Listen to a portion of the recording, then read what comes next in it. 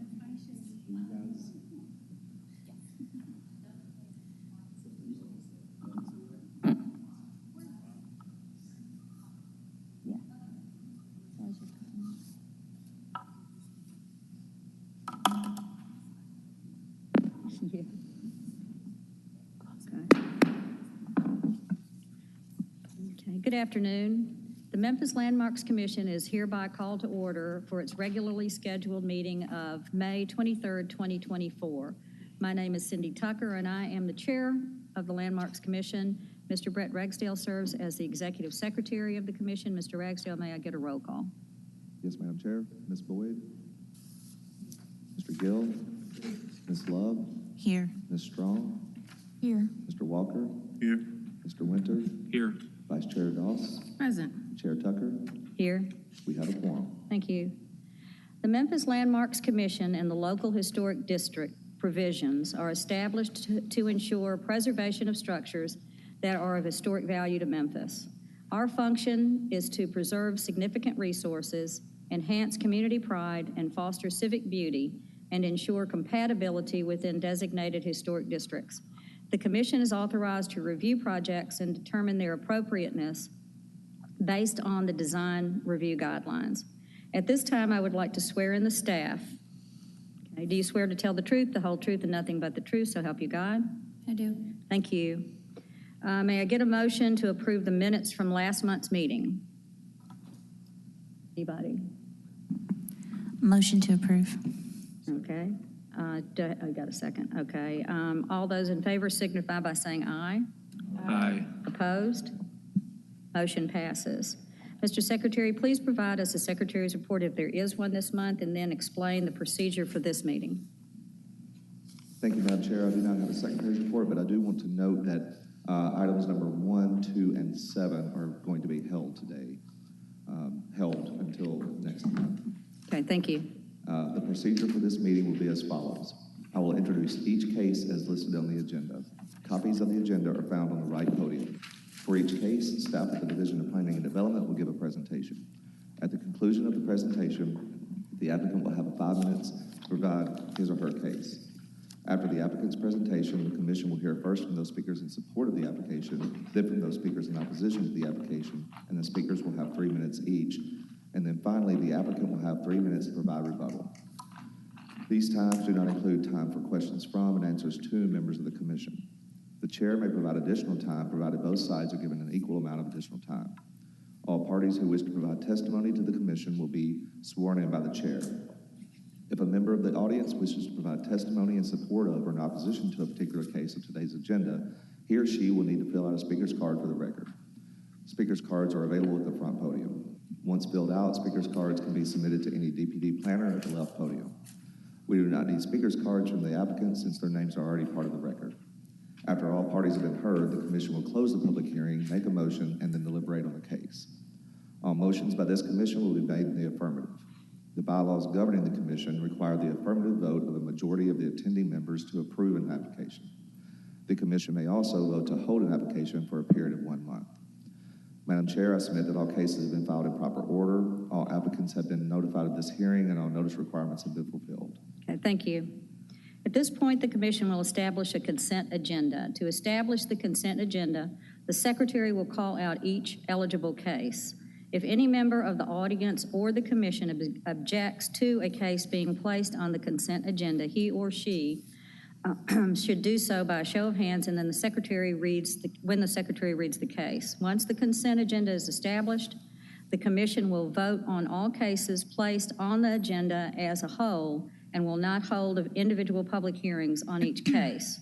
Mr. Secretary, which items on our agenda are eligible? Item number 3, COA 2024-031, 300 East Strathmore Circle in Leah's Woods Historic District. Item number 5, COA 2024-042, 889 North McLean Boulevard in the Valentine Evergreen Historic District. Item number 8, COA 2024-047, 2140 Piedmont Avenue, Valentine Evergreen Historic District. Item number 12, COA 2024-055, 289 Malvern Street in the Crosstown Historic District. And item number 13, COA 2024-056, 974 Roselle Street in the Roselle-Ansdale Historic District. Thank you. May I have a motion to approve the consent agenda as established by the secretary? Okay. I would like to remind the commission that by voting on the consent agenda, he or she affirms that he or she has read the staff report and is in full agreement with the conditions. Mr. Secretary, may I get a roll call? Yes, Madam Chair. Ms. Cox? Ms. Cox is not here. I apologize. Mr. Winter? Ms. Love? Ms. Boyd? Mr. Gill? Yes. Ms. Strong? Yes. Mr. Walker? Yes. Vice Chair Doss? Yes. And Chair Tucker? Yes. Motion carries. Thank you. If you are here for any of the cases just listed on the consent agenda, you have been approved. You do not need to remain at the meeting, but are welcome to stay for the remainder of the cases if you'd like. Thank you, Mr. Secretary. At this point, I would like to state that the minor COA applications as listed on the agenda have been reviewed and approved by the commission. The commission will now continue with the regular hearing of the major COA applications as listed on the agenda. Mr. Secretary, please call the first case of the regular agenda. Item number 4, COA 2024-035, 1015 North Willette Street in the Valentine Evergreen Historic District. Okay, is the applicant present? Could you come to the podium?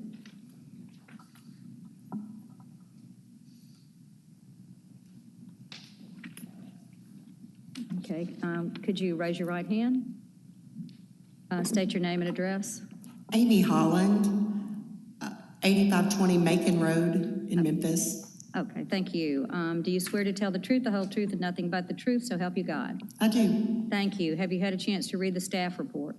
I have. Do you agree with the staff report and its conditions? I do not. Okay, thank you.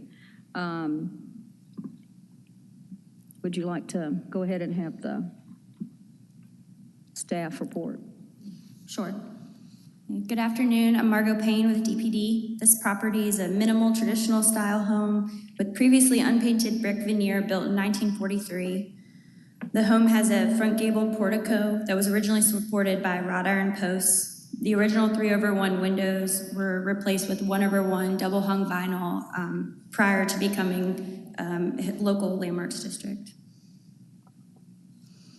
After the establishment of the Valentine Evergreen Historic District, the previous owners painted the exposed brick exterior and installed these stained timber posts and the craftsman-style fiberglass entry door and put wood shutters on the front facade.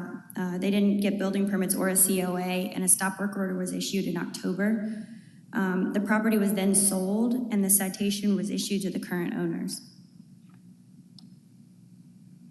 So these alterations partially adhere to the Valentine Evergreen design guidelines. Shutters are only appropriate if they're the correct size and they're operable. but they would be appropriate for this style home. Exposed brick, we know, should not be painted. The replacement front door is appropriate for the neighborhood, but it needs to be painted appropriately. And the wood porch supports are not appropriate replacements for the original wrought iron. Staff is recommending approval with 5 conditions. That the applicant shall have the option to remove the existing shutters or replace them with fully operable shutters to fit the dimensions of the paired window openings. 2, the brick exterior and chimney shall be painted to match the color of the original brick exterior as closely as possible, or another earth tone appropriate for the minimal traditional style home. And the foundation shall be painted a distinct color from the trim and porch floor. 3, all components of the replacement door, including the grids and muntins, but not the glass panes, shall be painted one uniform color. 4, the applicant shall have the option to either replace the porch supports with wrought iron or painted metal supports to match the originals in dimension, material, and design as closely as possible, or wrap and trim the current posts using appropriate materials such as wood or fiber cement board to be at least 8 by 8 in dimension, 8 inch by 8 inches in dimension, with more detailed column capitals and bases to complement the style of the home. And all siding in the gables shall be consistent, horizontal wood or fiber cement boards with a maximum 6-inch reveal. And any change or deviation from the approved COA shall be submitted to the commission for review. This concludes my presentation. I'm happy to answer any questions. Thank you.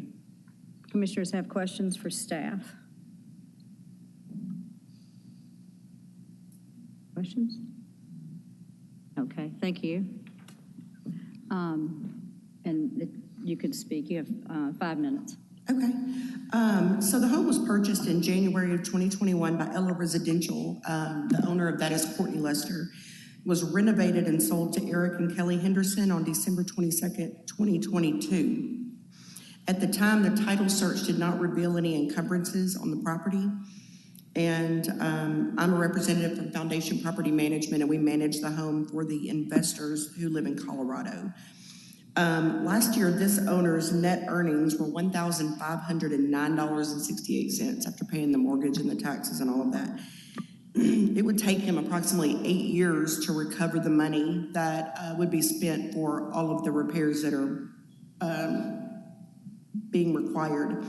I was able to request a copy of the invoice from Ella Residential where they had the home painted, and the home was painted on June 30th of 2021, or that's when the invoice was paid for the work.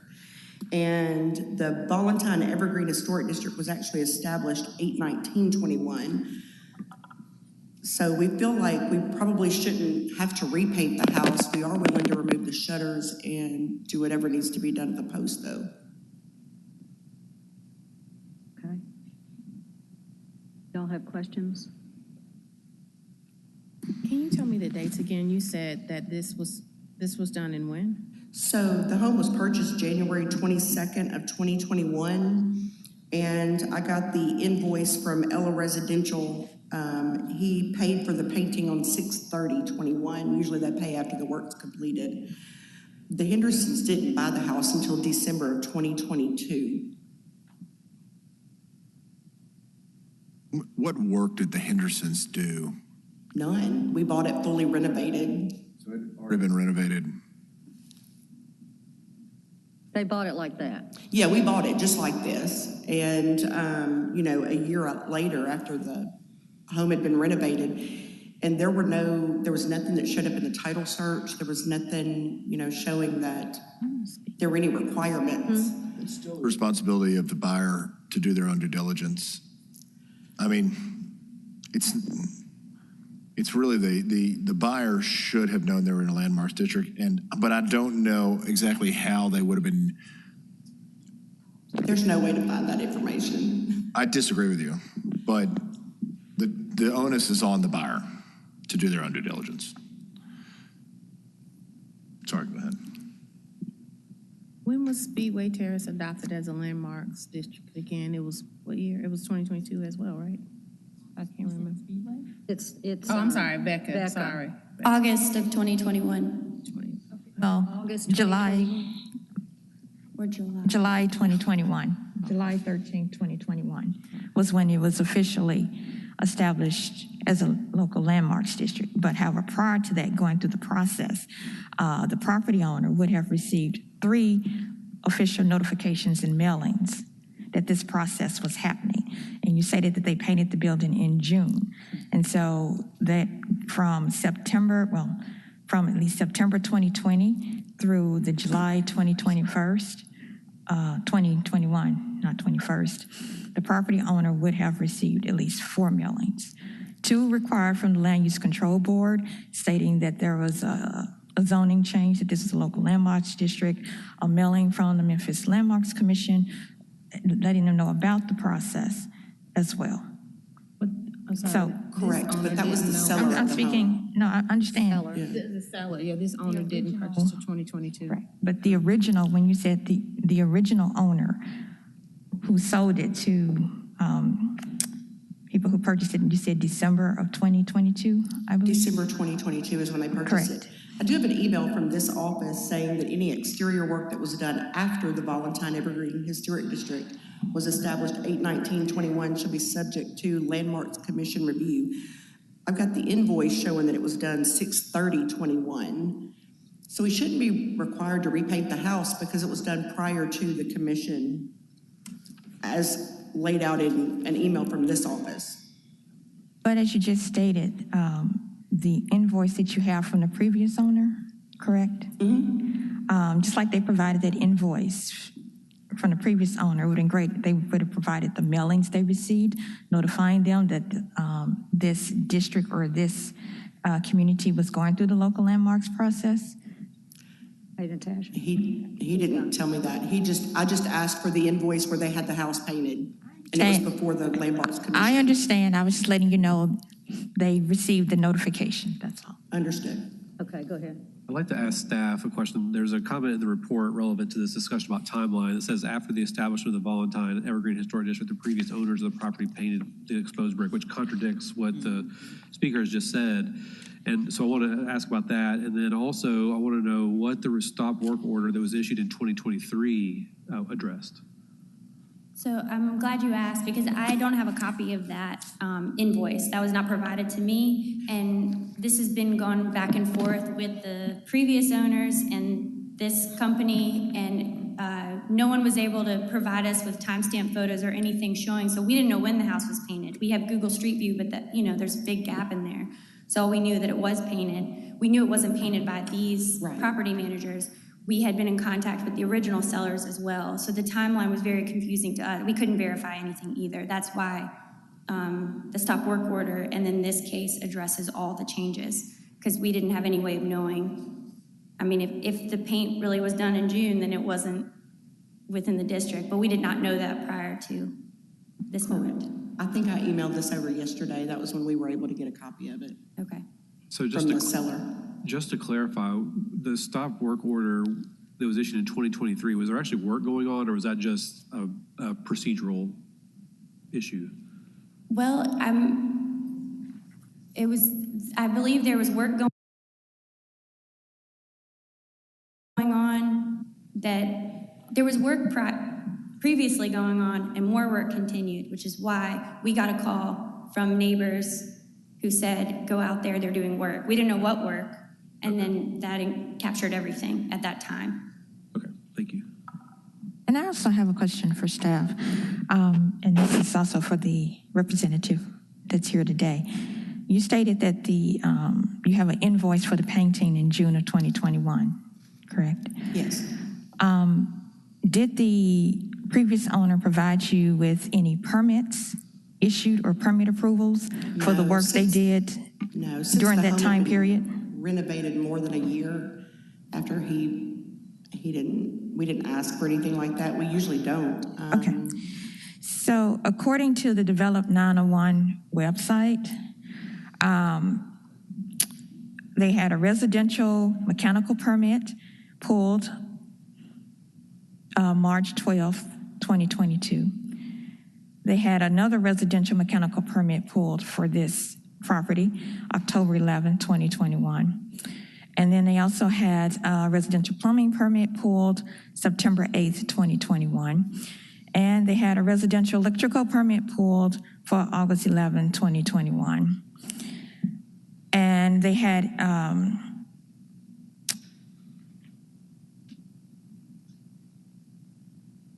they were going through the process.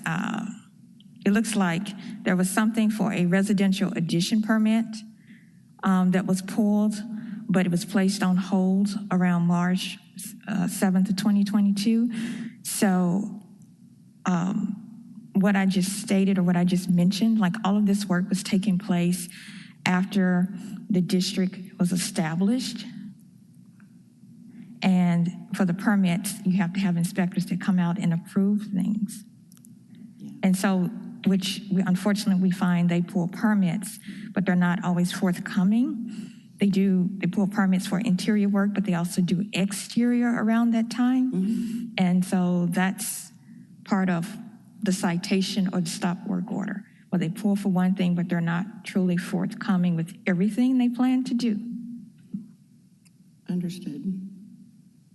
Okay. Are there any other statements, questions from commissioners?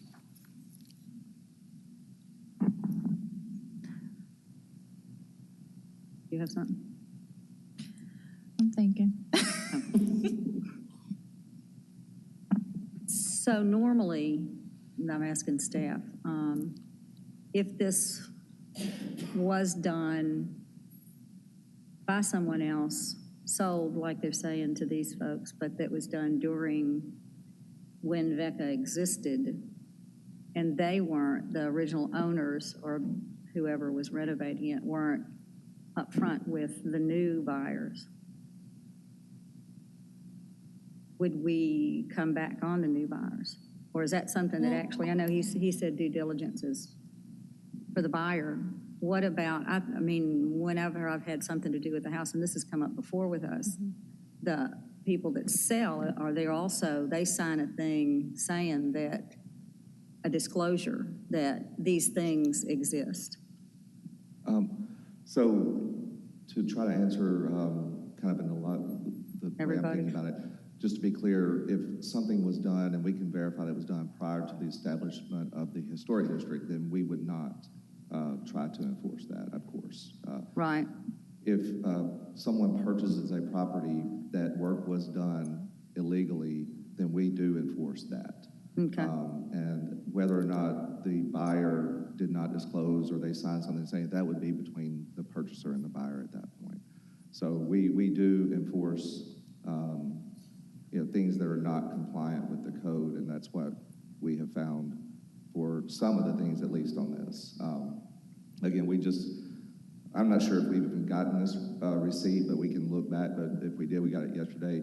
We can try to verify that with the paint, but there are photos that show that the columns were not wood in this instance. So there are some things that were done after the establishment of the historic district that would need to be corrected. Would fall into it. But it's, of course, up to the commission to decide. For staff, can I ask, do we know specifically what work actually was done that triggered this stop work order? We received a complaint from the neighborhood, either neighbors in the neighborhood association, I don't know, but they said work was going on. We called our inspectors, they went out, and I'm not sure exactly what work was taking place at the time, but that's how everything got bundled up into one. Yeah, because I know we've had several instances, like if it was painting that was being done, the neighbors will cry bloody murder for that one, and we would know that that's specifically something that was done. But for some of these other items, I think the painting itself probably is the biggest headache to have to deal with, increasing the sizes of the columns perhaps, and maybe this is more of a kind of commissioner conversation, but just wanted to know if there was something specific that triggered that we know for certainty that was what was being done at this time, because I do have a hard time kind of digesting that a year and a half later, someone has to deal with something that was done before, and from at least a painting standpoint, it does sound like it was slipped underneath that grandfather clause. So, I'm in agreement with you as well. so I guess we can probably close We'll this. talk about that. Yeah, we Okay, can 'cause I talk about have, it, but. There's no way to Here. parse We'll talk about that. the before and after, right? Like, I mean, that's what I'm trying to wrap my head around as well. And when the neighbors call, I mean, were they clear about what was going on? You know, are they clear about whether it was internal work or external work? Because work going on is very vague. You know, it could be internal work. You got the same kind of trucks and doodads or whatever outside. Did they take any pictures or anything? I will have to look back. I mean, it was so long ago, but I'm sure I have emails about it that I haven't looked at in months. But I will say that the original owners who did the work, we were in contact with them as well, and they were very unwilling to share any details of anything. They didn't want anything to do with it. So they're the ones dealing with it now, and it's Got it. never ideal in Of this course. situation because they didn't do the work. So we're fully aware of that, and we're, we just want the best for the property within the guidelines going forward. And we were not able to verify anything because of the unwillingness of the seller to work with us. Dates on everything. I mean, this is the invoice, the first I've seen of it, but we do know just based on Google Street View that at least the columns and the shutters are the main changes. So if you wanted to separate Okay. items that way. Yeah. Okay, thank you. Okay, we have someone in opposition. You could sit down for just a sec, then we'll bring you back up.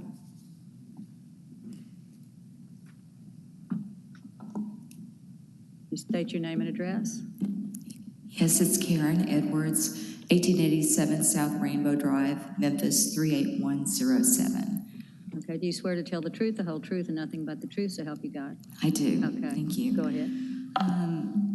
Well, I know, and I feel for this particular applicant because they did inherit, the home as it looks today.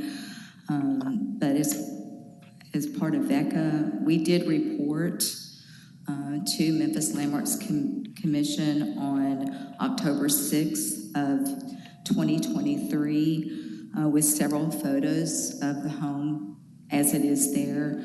And there was a dumpster in the front yard with a lot of debris inside of it. So that's what the indication was, that there was exterior construction occurring. And so hence our committee did send an email to Memphis Landmarks. I do go with what staff recommends for changing the siding to horizontal. It would be really beneficial since this is an historic home. Becca did note that in the letter to you all, that it is on the Historic Registry of National Places, and the current state does not abide by the VECA design guidelines. We would prefer that it be repainted, as staff planner Payne mentioned, to a color that's more appropriate to the age of the home, 1943. Columns, again, were not stained like that in 1943. They were wrought iron, or, squared off or round, which would be much more appropriate than a stained wood columns. I don't know if you all have any questions for me, that would be great. Do you remember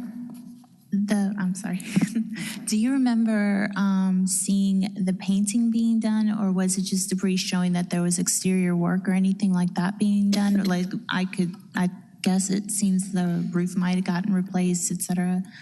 Or was it interior work also? Because as Commissioner Strong had pointed out, there were several permits taken out for at least interior work that we are aware of.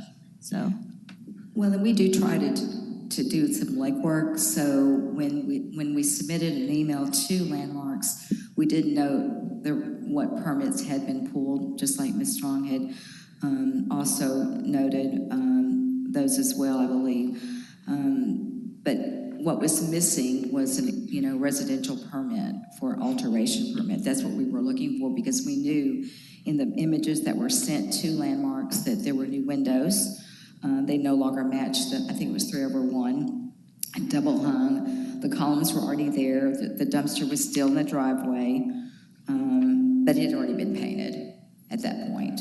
I couldn't tell from the side if the siding had been updated from this image, but the bulk of the updates had already been done as of October 6, 2023. But as to a timeline, I'm not certain, when all that took place, and it looks like it had multiple owners. Any other questions for me? Questions? Thank you. Okay, thank you. And you have, ma'am, you have 3 minutes if you want to come back up and say anything. I was actually reaching out to my property management team to find out if, what the lease term is. There shouldn't have been any work being done that late in 2023, unless it was a turnover between tenants. But I believe the same person has lived there since my client bought it till now. So there wouldn't have been a dumpster in 2023 with somebody living there. And so that's what I'm reaching out to my team to find out what the lease term is. Is it a rental? And It is. Is it going to continue to be a rental? Yes. Okay. Yeah. Anybody have any more But questions? either way, it was painted after or before, or the invoice shows that it was painted before. Okay. All right. Did you want to say anything else, or That's it. Natasha, do you have anything? Yes. At the beginning, you said you disagreed with some of the conditions. Are you saying you disagree with all of the conditions recommended or just some of the conditions? No, Which ones? we'll be happy to replace the posts. I'll be happy to remove the shutters. Painting the house is going to be a large amount of money for this owner that had nothing to do with it being painted. So we would like to not have to repaint the house. We'll be happy to remove the shutters and replace the posts. And my next question for this particular owner is how many houses do they own in this area? I wouldn't know exactly. I would say probably 12 to 15. 12 to 15 houses in this area? Not in this particular area, but in the greater Memphis area, yes. Greater Memphis area. 12 to 15? Okay, thank you. Okay, thank you. Okay, now I'm going to close the public hearing portion of this case so the commissioners can further discuss it. May I get a motion in the positive? Start discussion. For the purpose of discussion, motion that we approve COA 2024-035, 1015 North Willette Street, Valentine Evergreen Historic District. Do I have a second? Okay, thank you. Okay. I think what we really have to discuss is what's a them problem, and what's a them problem, because it sounds like the painting is not a them problem, and as Margot pointed out, I think columns and shutters are the main issue, and I would suggest that that's what is on the table for discussion, the primary issue that's on the table for discussion. Columns and shutters, and she's willing to make that change, because I feel like the rest of it is not a them problem. I like staff's recommendations. I think it's the burden is on the buyer to do their due diligence, and I think staff's recommendations are appropriate for the neighborhood. And this owner should have been aware that they were buying a house with problems and shouldn't have purchased it. I guess I personally disagree because I do know that I used to own a house in this Valentine Evergreen District. Them folks would not have known what I did to this house in any kind of way, shape, or form, down to the fact in Valentine Evergreen District, They had violated. if I had violated it, they would not have been aware of it at all, because you pretty much go in buying. You know, there's things that are triggering, of course, like for instance, hey, I'm going to go ahead and paint it for you as part of our deal to buy and sell kind of thing. Then obviously red flags, you should have already done your due diligence that this historical district does not allow that to happen. And that would be something that you could take on. But for instance, my old home, I put in a circular driveway in the front yard. That was, it wasn't required. It wasn't, You weren't in the landmarks district. right, not at that time. It wasn't restricted. is what you're saying. Exactly. But now it is. Like, there will be no way I could get away with it.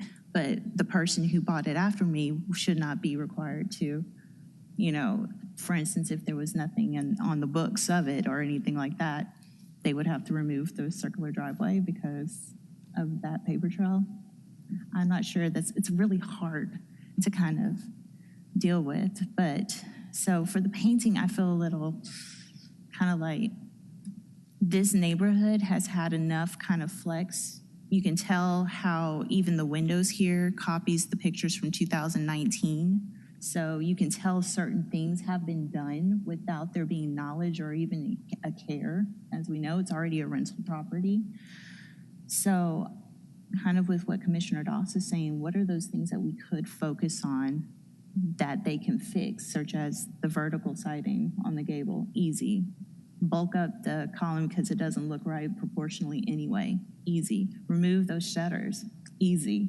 Like, it'll take work, but it'll overall still make this building fit this neighborhood in a way. So I agree with most of it. I don't think the painting of the house should fall on them because it wasn't able to be implemented beforehand. I think there is enough information as to this invoice.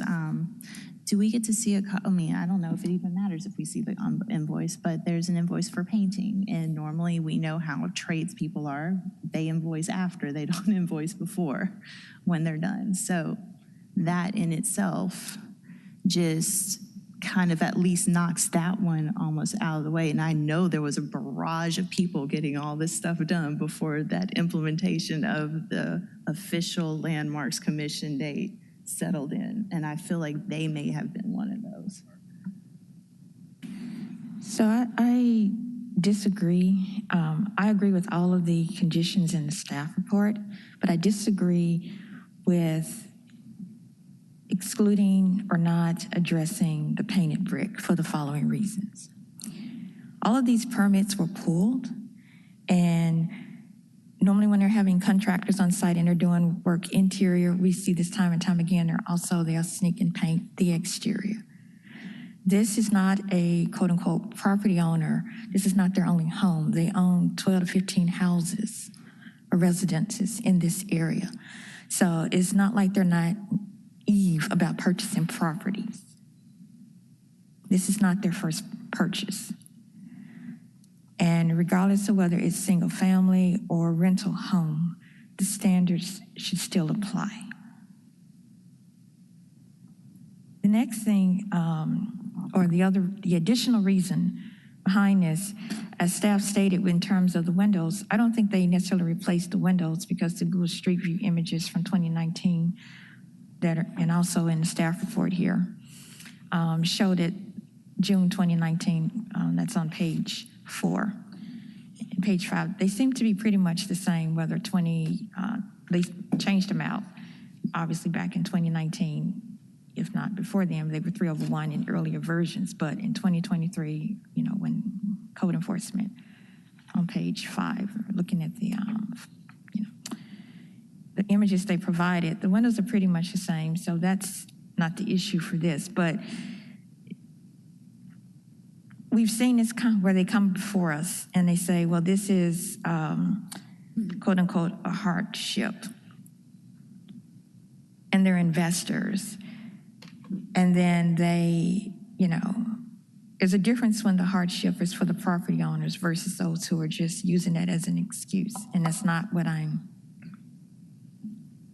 the applicant has not indicated that. But there have been examples where we've said, okay, and that was one on Lindale, where they came before us and they said, oh, this is a hardship.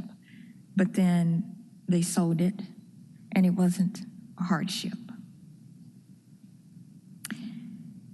This is a property owner that owns 12 to 15 properties.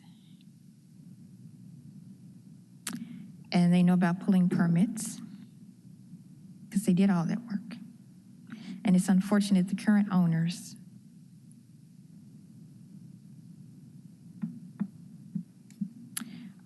purchased it and didn't fully do the due diligence or recognize the requirements because they're in a historic district. But if you don't address it, it continues on. And each subsequent applicant can use the same excuse to not have to address it. And you're continuing to just create the problems. Thank you. Yes, ma'am. I am of the opinion that if it is an individual, the comments would apply. But since this is an organization or a developer that is buying several homes, and the developer has a due diligence to conduct the research, and they have the knowledge, they have the skill sets, they have the staff in which to do this. An individual does not. So I am of the opinion that the developer has an onus to restore the property to as much of its original character as possible. Thank you. I agree with much of what the commissioners have said. In a normal case, the painting of the brick is atrocious. However, our charge is to adjudicate whether someone's complied with the design guidelines of the neighborhood. However, if they were not in place when they did the work, we can't make them comport.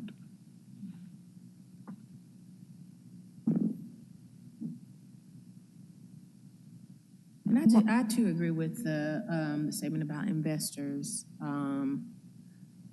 because they do have the muscle, the resources, the experience and wherewithal to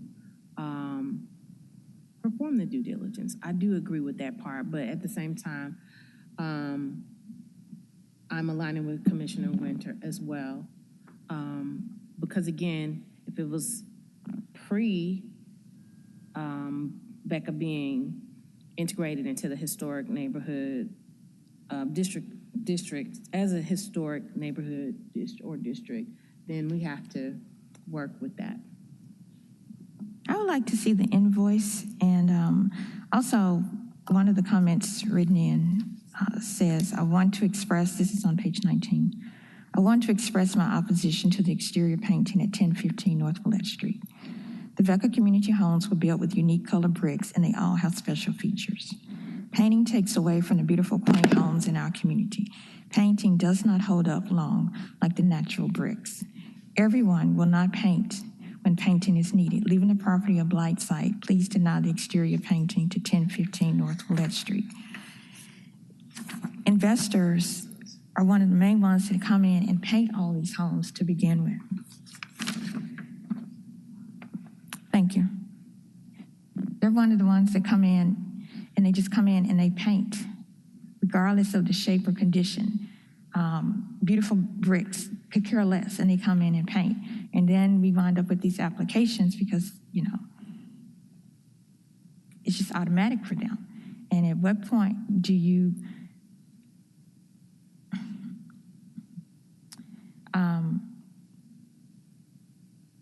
recommend or, you know, have conditions in place that, you know, this can no longer comply with, you know, retroactive applications? It's very frustrating to continuously see it and to see excuses to justify not complying.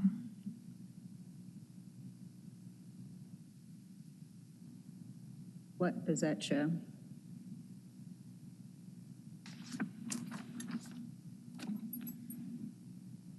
So it was painted on 6/30/21. This is for me. And they came into existence as a historic district in July 2021. Yes. Mm-hmm. But they received notices, let them know that it was transitioning to a historic district. But the guidelines weren't enforceable until they came into place. It was a coming. I know. I know.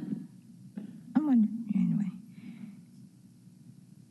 What's the date on that? June the what? 30. Okay. Wait. What company is So that? What company is that? it was painted on June 30th? Or the invoice was For what company? I'm sorry, what company was at the top?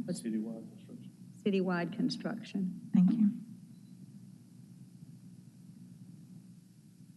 Marco, you weren't able to reach the people that painted the home. This is the first time I've seen that invoice. It was not provided to me, but we were in communication with the sellers originally back in October, and What they did didn't say? give us really any information.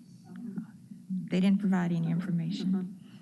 And so this came through back in October, and they sold it to them in December We've got, of the following year. hold on, guys. So I would recommend us potentially holding this for another month, so a bit more due diligence is done and verify this information, this new information. If it is true, then we can use it. If it's not, then we can proceed as we need to. If we're just getting this today, I think you can take this and maybe do a bit more research to finalize your findings. Citywide's Instagram has this house and its renovation on their Instagram account. And it's dated May 25th, 2022. So I don't know when but it shows before and after pictures. Well, I don't. It says May 25th, 2022, but they could have posted this anytime. But they did do it. I mean, I can see that's a valid invoice. Let's make a decision and move on. How would y'all like to proceed? I'd like to hold Hold? it or not. Okay. I recommend holding 1 month. Second? So we'll need to Without redo. objection, Without objection. Is that it? approved. Will be held until the next meeting in June. I believe it's the 24th. 27? Wait a minute. Yep, 27. 27th. 27th. Okay, thank you. Okay.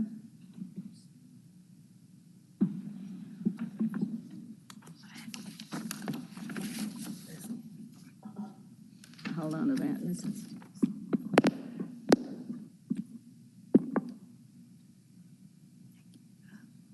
Go to the next. Yes. Item number 6, COA 2024-043, 1155 Forest Avenue in the Speedway Terrace Historic District. Okay, is the applicant present? Okay, thank you.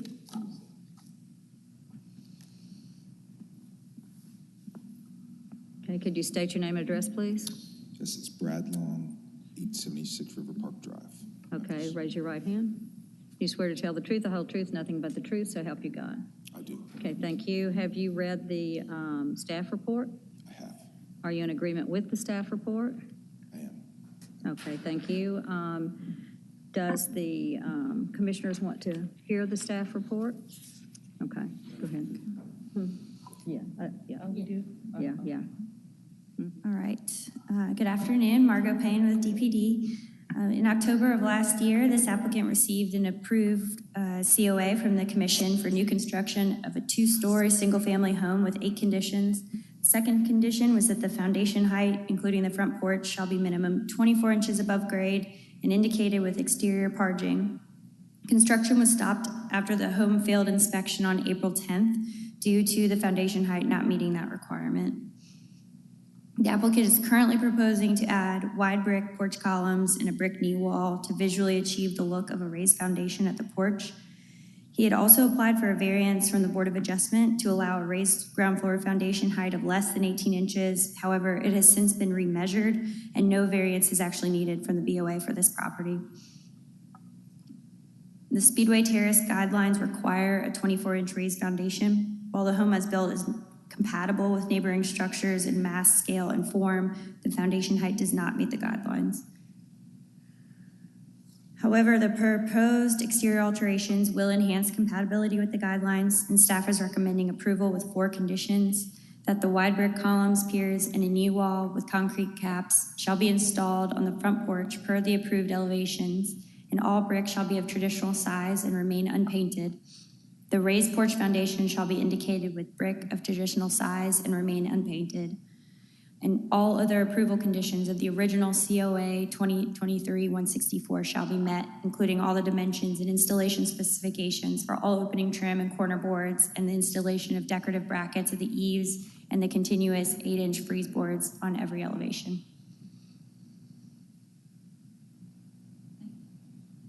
Thank you.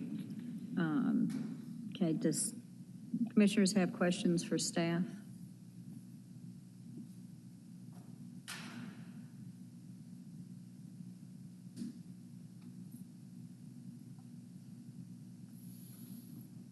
Do you have one? Okay. Statements? Have anything? Did you want to say anything? Just that, this was a mistake that, I apologize for. I've tried to be as, amicable as possible to any potential solutions here. I feel like this will give, will hide the foundation, will, maybe make the house look a little more historic and aesthetically pleasing in the process. And, it was just an honest mistake that I will not make again. Okay, thank you. Do commissioners have any questions for the applicant? What's the current height? 18 inches. 18.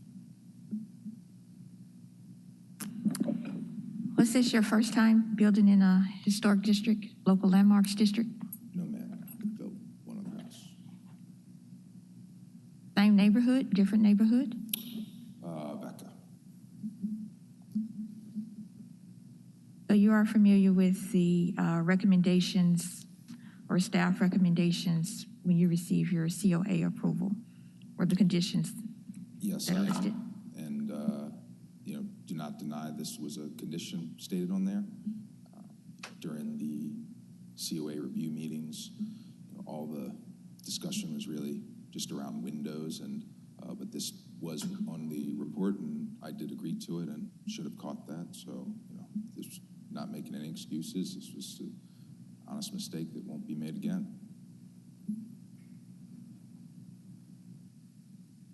Mr. Long, is there any reason why you deviated from the original COA? No, ma'am, not other than a mistake, an honest mistake. Is that what you mean? Did I do it on purpose? I'm just wondering why, what caused the deviation to occur originally? A failure on my end on specifying with my concrete contractors the height and not catching it soon thereafter.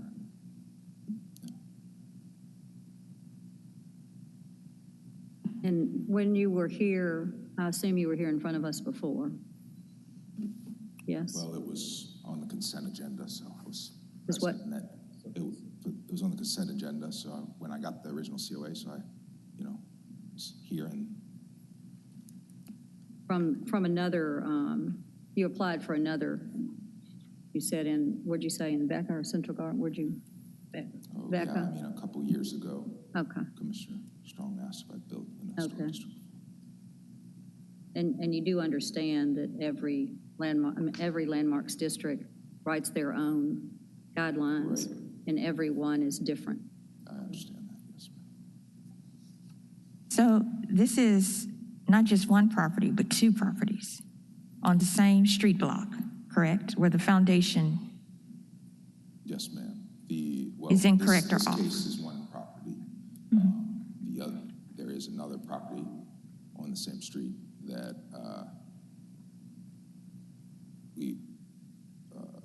Mr. Ragsdale's asked to push that to next month because he feels it does need a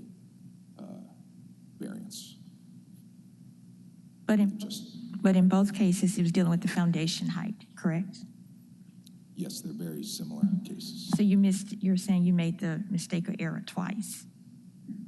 They were built at the exact same time. Yes, built at the same exact time, down the street from each other, on the same street block. Correct. So did you read through the approved conditions for the COA at all? Yes, I did, ma'am. This was just an oversight, unintentional oversight. One of the comments on here, it says that not all the areas were meeting the 18 inches. Can you expound on that a little? That was since correct. So the original staff report said that, and we've. But it's been, so you measured it and confirmed it, which, I mean, honestly. Based on the other property, though, still, that's the reason that we need a variance, yeah. Got it. So the other property didn't quite make the 18 inches. This one. It was 18 inches in some areas, not in others. Yeah. Paid for the 18-inch slab, but yeah, from ground, it's not. Yeah. I mean, even I could understand, like, the 18 inches is a typical contextual infill requirement. And so that normally is, when with this, I was surprised to see that this particular historical district does require the 24 inches. So, and I was like, learn me something. Okay. So, any other questions? I have another question. Okay. One of the recommendations is to follow the conditions of the original approval, including the dimensions of the freeze board and the corner boards. I just want to make sure that's clear, because the proposed elevation still shows 4-inch corner boards, so you're going to go back and correct those dimensions. Proposed elevation.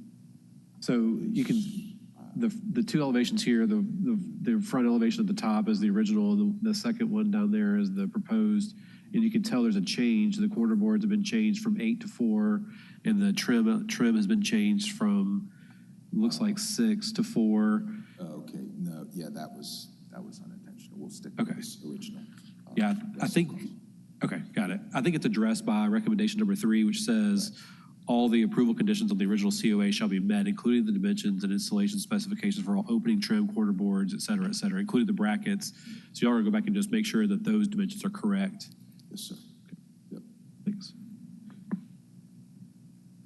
Those details do really matter. So in aggregate, that will really help bring up the overall look of the house to make it more consistent with its neighbors. So that's good. Yep. I know that this elevation doesn't show the concrete caps, but that will be done per this staff recommendation. Anyone else? Have you visited any other options for the elevation change? I'm always a little hesitant to slap on a full-on brick item on an otherwise siding kind of finish, exterior finish. So in this case, you have like a very solid brick front being proposed for the new elevation. Some of the other just ideas we had, which one of them was brick wainscoting around the whole house, but actually that would violate the setbacks on this property that is in the recommendation for the other property, by the way, that will be heard next month, and I've agreed to that. But, unfortunately, I can't change the siding on this without violating setbacks, so. Yeah, exactly. I think, we'll just pick a nice brick and the concrete caps to tie it in with the siding is my plan. I think another option could potentially also be for you to have that sort of lower wainscoting kind of height for the overall base, and then have it some relief of an actual columns. Like I think your next door neighbor has box columns or something similar to that could potentially help. Yeah. So just thinking about other options that could be. Of those options, yeah, I think whatever is recommended. All right. Would you go back to the image of what's built?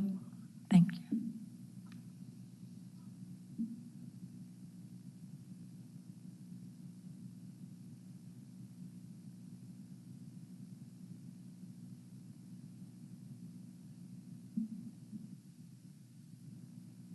Okay. Questions? Okay. All right, thank you. At this time, I'm going to close the public hearing portion. Can I have a motion from the commission? For the purposes of discussion, motion to approve COA 2024-043, 1155 Forest Avenue, Speedway Terrace Historic District. Can I have a second? Second. Okay, thank you. Discussion?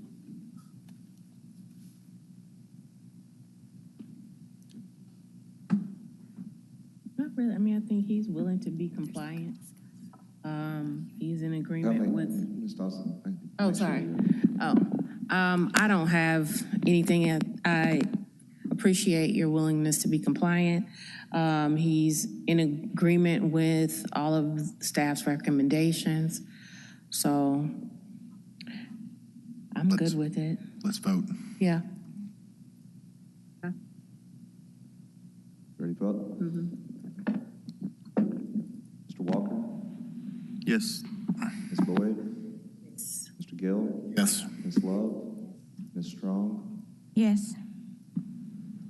Mr. Winter? Yes. Vice Chair Doss? Yes. Chair Tucker? Yes. Motion carries. Okay. And Mr. Long? Thank you. I would kind of suggest that as you go forward in historic districts, you look at the guidelines and Yes, ma'am. really We're have a lot hold of- on what your projects are, because you seem to be missing things. So Yes. just pay attention to what you're doing. Yes, ma'am. Okay. Absolutely. Okay? Madam Chair, we do have a case that was on consent. It's item number 8, that the applicant has arrived at the meeting and would like to discuss conditions. So we will hear that case. So we will remove that from consent if there is no objection. Okay. And hear that case now. 8. 8, number 8. Yes. So the next case then would be item number 8, COA 2024-047, 2140 Piedmont Avenue in the Valentine Evergreen Historic District. The Piedmont? Correct. Item Okay. number 8. Is the applicant here?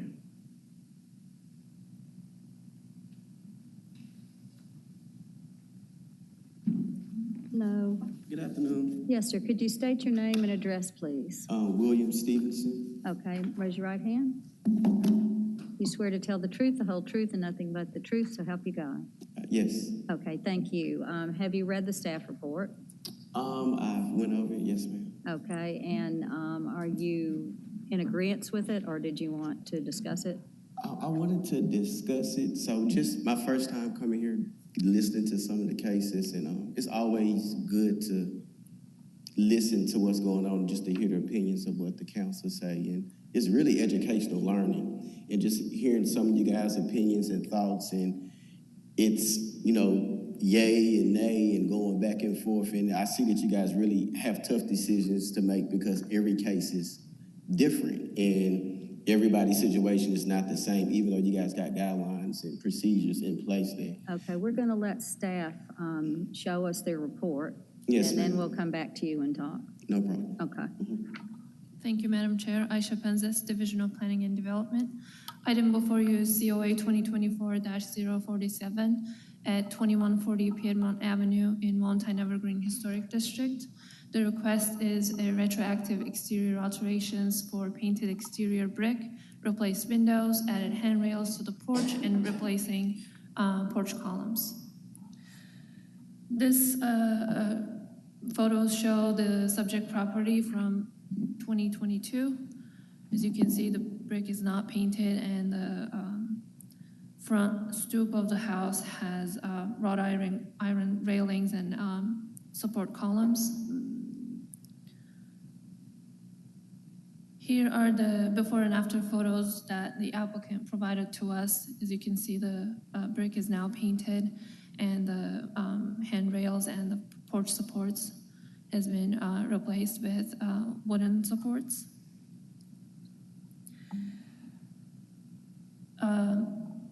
The project partially meets the Valentine Evergreen design guidelines. The applicant replaced the windows and the original wrought iron porch supports and added new shutters and painted the brick exterior of the structure. Although we find that the new wooden support columns and handrails are appropriate in size and style for the structure, painting the exterior brick and replacement windows with in-between glass muntins are not appropriate based on the design guidelines. So the staff recommends 3 conditions. First, the exterior of the structure shall have a new paint scheme that consists of at least 3 colors that differentiate between the wood elements, gable siding, brick exterior walls, and foundation walls. This paint scheme shall consist of earth tones appropriate for minimal traditional style home, such as muted shades of red, orange, brown, beige, or green, which shall be submitted for approval by staff prior to issuance of the COA. And all replacement windows shall have exterior facing 3-dimensional muntins, and snap-in or in-between glass muntins shall not be allowed. The applicant shall submit proposed muntin details for staff review prior to issuance of the COA, and any change or deviation from the approved COA shall be submitted to the commission for further review and approval. So Thank this you. concludes my staff presentation. I would be happy to answer any questions. Okay, thank you. Do commissioners have any questions of staff? Okay. Okay, sir, Yes, ma'am. did you want to make a statement, or are you okay with these recommendations? Well, I'm not okay with it because financially I can't afford to do the renovations. I picked up the property from a lender that the property is actually getting foreclosed on, so I was actually taking over the property to keep it from going into foreclosure. And by taking over the property, I had no knowledge that, which is, I can't play innocent to not knowing the rules and regulations of what happens in the Valentine's district. But at the time, I did not know that I couldn't paint the brick or pretty much renovate the house in a certain manner, a certain style. By the time we got the notice for the stop work order, the house was already completed, had a tenant in there, and the work was already done by the time we got a stop. So the stop work order came from the tenant letting us know, hey, somebody came and put something on the door about stop work. Like the job was being completed a while before that even stop work order came. So when it came, the property was already up for sale on the market. And the reason why the property was going for sale, because once again, we renovated it. It was going into a foreclosure status. I wasn't in a position to refinance the property because of the value of the area. There were no comps, and it was going to cost me a lot of money out of pocket to try to keep the property myself. So we decided to put the house on the market to sell it. Along with putting the house on the market, it did have a contract on it, and the house was actually supposed to close today for selling. Once I did go to environmental court, they let me know that, hey, you have to have something going on with the historical district that needs to be addressed. So that's when I kind of got the notice or reaching out and found out that I had to file an ordinance about, about the brick and the paint and the windows and things like that. So that's kind of, I was just kind of communicating back with them about the things that needed to be done. The windows that we even put in there, the new windows that we put in, they were very similar to the older windows. So I didn't really understand why did it matter if the grid was, I guess what I got to understand yesterday is that the issue is that the grid is not showing on the outside instead of the grid being inside the windows. So at this point, financially, I'm not in position, even though the house is already being sold, I'm not in position to go back and spend $5,000 to paint and spend almost $7,000 to replace 8 windows. So I'm not going to say that I do take responsibility because I did not do my due diligence on knowing that this property was in the historical district and that these things needed to be approved first. So I'm not going to sit here and act like I don't have a play in this. But at this point, I don't know what happens if we don't close on this property, the house is it'll go into foreclosure, and I don't have the funds to make the renovations on the property, to make the corrections on the property. When did you buy the property? I believe it was purchased back in August of 2023. I don't have either July or August sometimes. questions?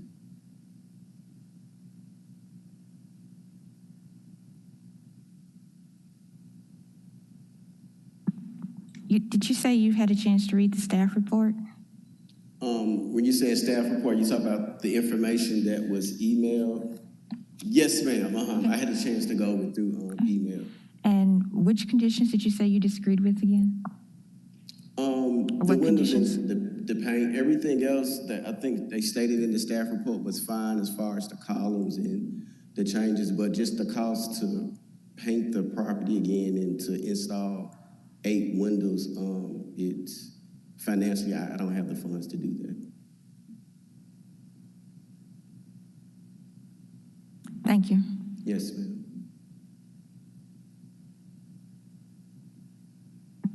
Okay, thank you. Yes, ma'am. Okay, Karen Edwards? Did you, oh, wait 1 second, I'm sorry. You just stated that financially, painting the property and replacing the windows is, you don't have the funds to do that financially. But you did say that the porch columns or railings, shutters, and trim, well, porch columns, railings, and shutters, that's something you could do out of the recommended conditions, correct? In the condition, it stated that they were okay, that I didn't have to change anything dealing with the columns or anything like that. The only request that it was stated was about the painting of the brick and the changing of the windows. So between painting the brick or replacing the windows, which would you choose? Both of them are expensive, but if I had to make a choice, I think it would probably be easier, as far as cost efficiency, to paint the brick. Because the windows are very expensive, with us just spending a large budget to renovate the property and put new windows in there. Thank you. Yes, ma'am. Have you priced the windows already? I'm sorry? Have you priced the windows already? Yes, ma'am. What are you going for? So the windows are probably about $200 to purchase the windows. Then for someone to install them, it's about $250. So we're looking at maybe about 8 windows. We're probably at about $5,200 before tax. And I didn't really see a big difference in between the windows, honestly, other than I guess the grids not showing them. Yeah, there's dimensionality to the original versus, I believe, the ones you selected were embedded mullions. Yes, ma'am. Muttons. Okay. Anyone else? Okay, thank you. Yes, ma'am. Okay, Karen Edwards?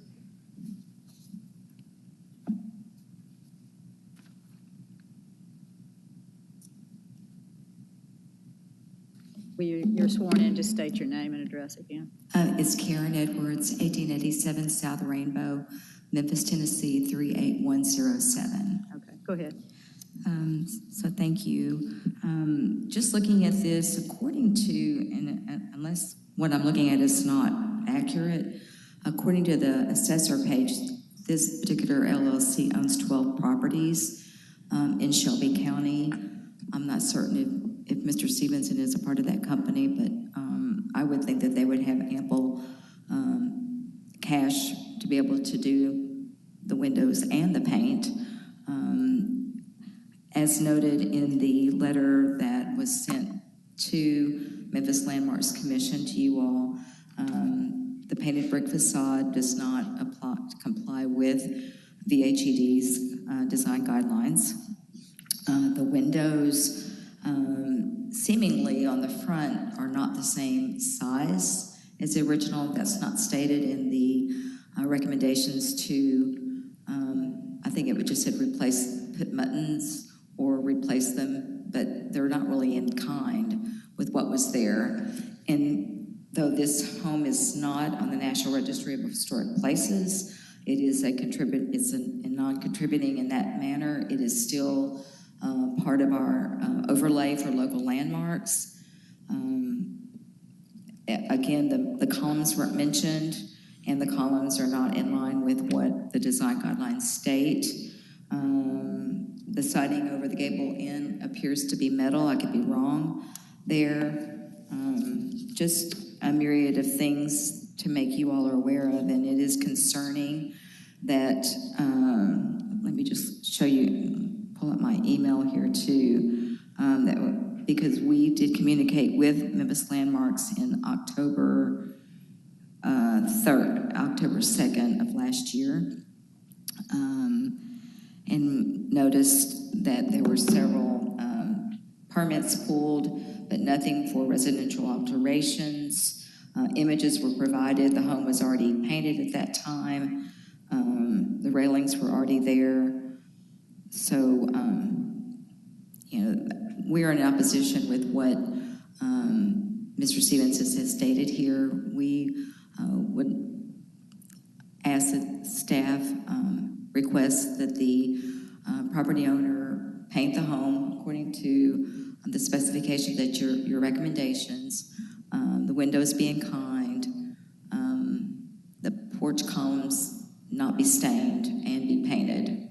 So, any questions for me? Okay, thank you. Thank you. Okay, you can come back up for a final statement.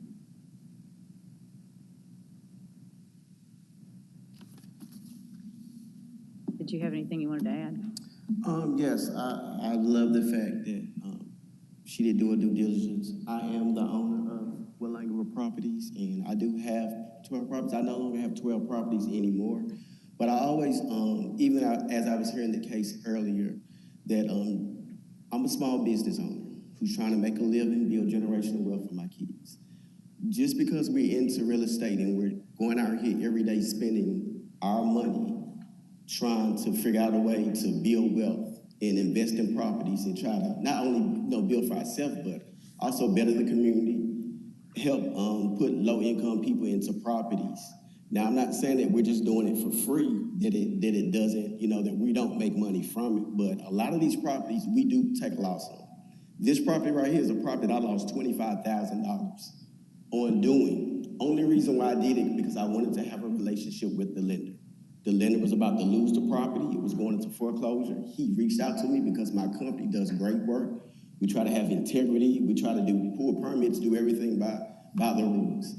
Did not know about the whole Valentine understanding about, knowing what the codes and stuff is. I do take responsibility on that. But I don't want you guys to think that just because people have properties that every property we're making a lot of money.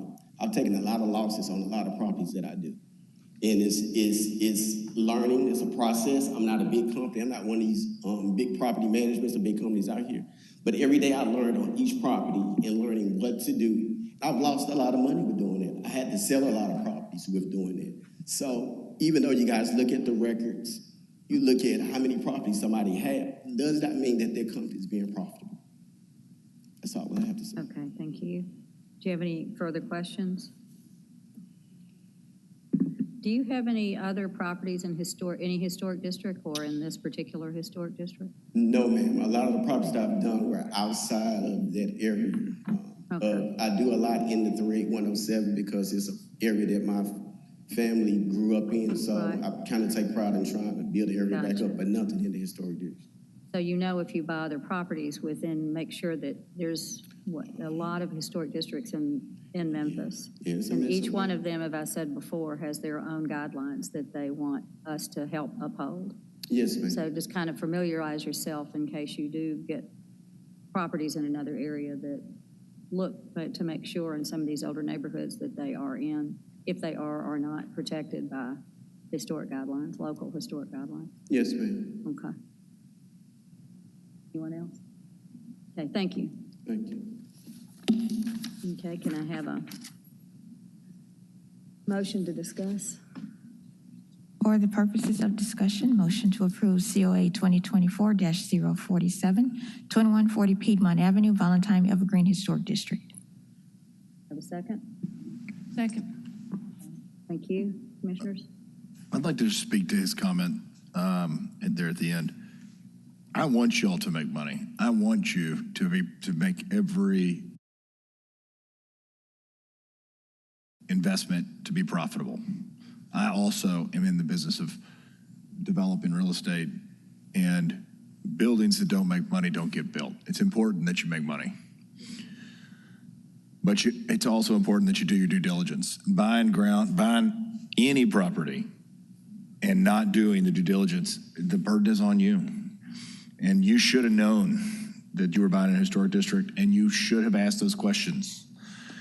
And just, yes, this was a mistake, but just because you made a mistake, it's our job to enforce what the rules and regs of this landmarks district. So I think we go along with what staff approved or suggested, what they recommended to be changed. I am sympathetic, but it's your job if you're a professional. Thank you. Anyone else?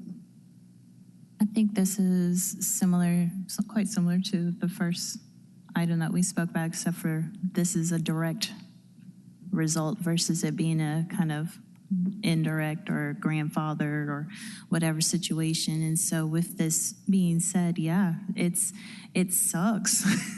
I mean, it's a bad situation and I hate it, but this was definitely completely on your shoulders to have to know how to do. And it's kind of funny because I was actually happy about, I was like, could I get your numbers for my own projects of can I replace 8 windows please for some $5.8 thousand? I need your connection.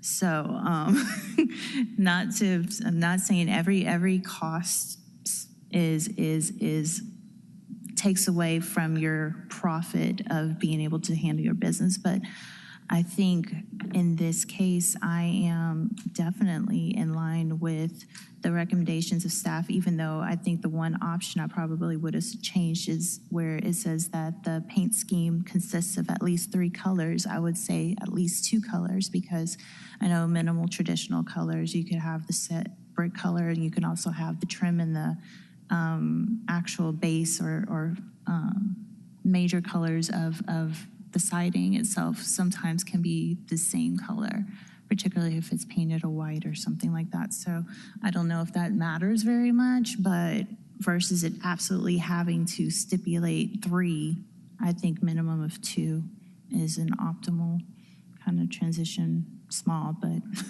Okay. Anyone else? Can I ask if that is a recommended change? Is there any objection to that, changing the minimum of 3 colors to a minimum of 2?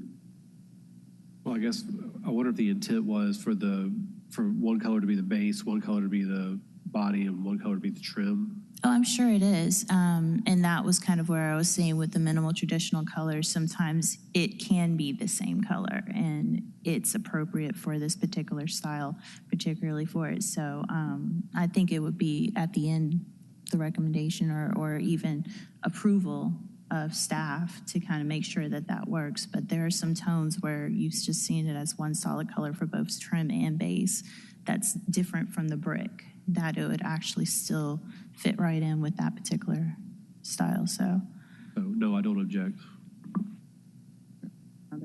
Okay. Just for clarification on the windows, we're not talking about separated panes. No, sir. Well, my condition, actually, the intent was that the applicant apply exterior muntins to the existing windows that they already have. So because we approved another case previously and it was done. Right. So it's an option. So I'm not recommending ripping out the existing windows and replacing with new. I'm just recommending that attaching 3-dimensional muntins to be applied to the windows that we already have here. I just wanted to make sure that that was what he understood. I don't think he did. Okay. Okay. So I just want to clarify that. Yeah. To And make sure that. afterwards, you can discuss with staff too. They'll help you. So we're not recommending taking the existing windows out, but applying the multins to the existing windows. I still want that contact.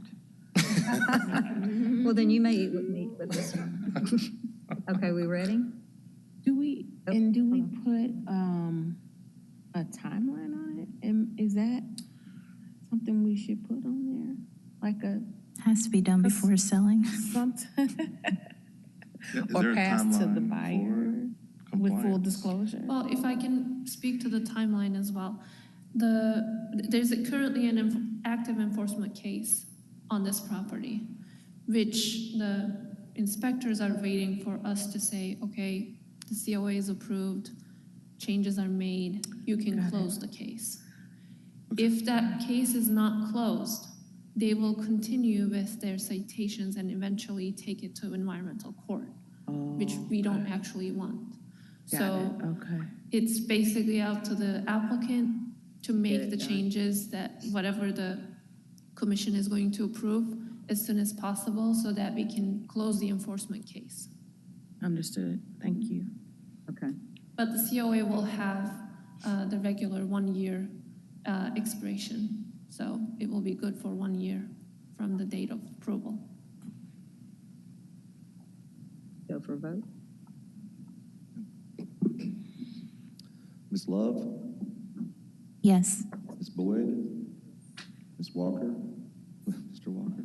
Yes. I was going to go to Ms. Strong next. So. Yes. Sorry about that. Mr. Gill, Yes. Mr. Winter, Yes. Vice Chair Doss, Yes. Chair Tucker. Yes. Motion carries. Okay, thank you. Right. 2 hours, right? We want the 2 hours.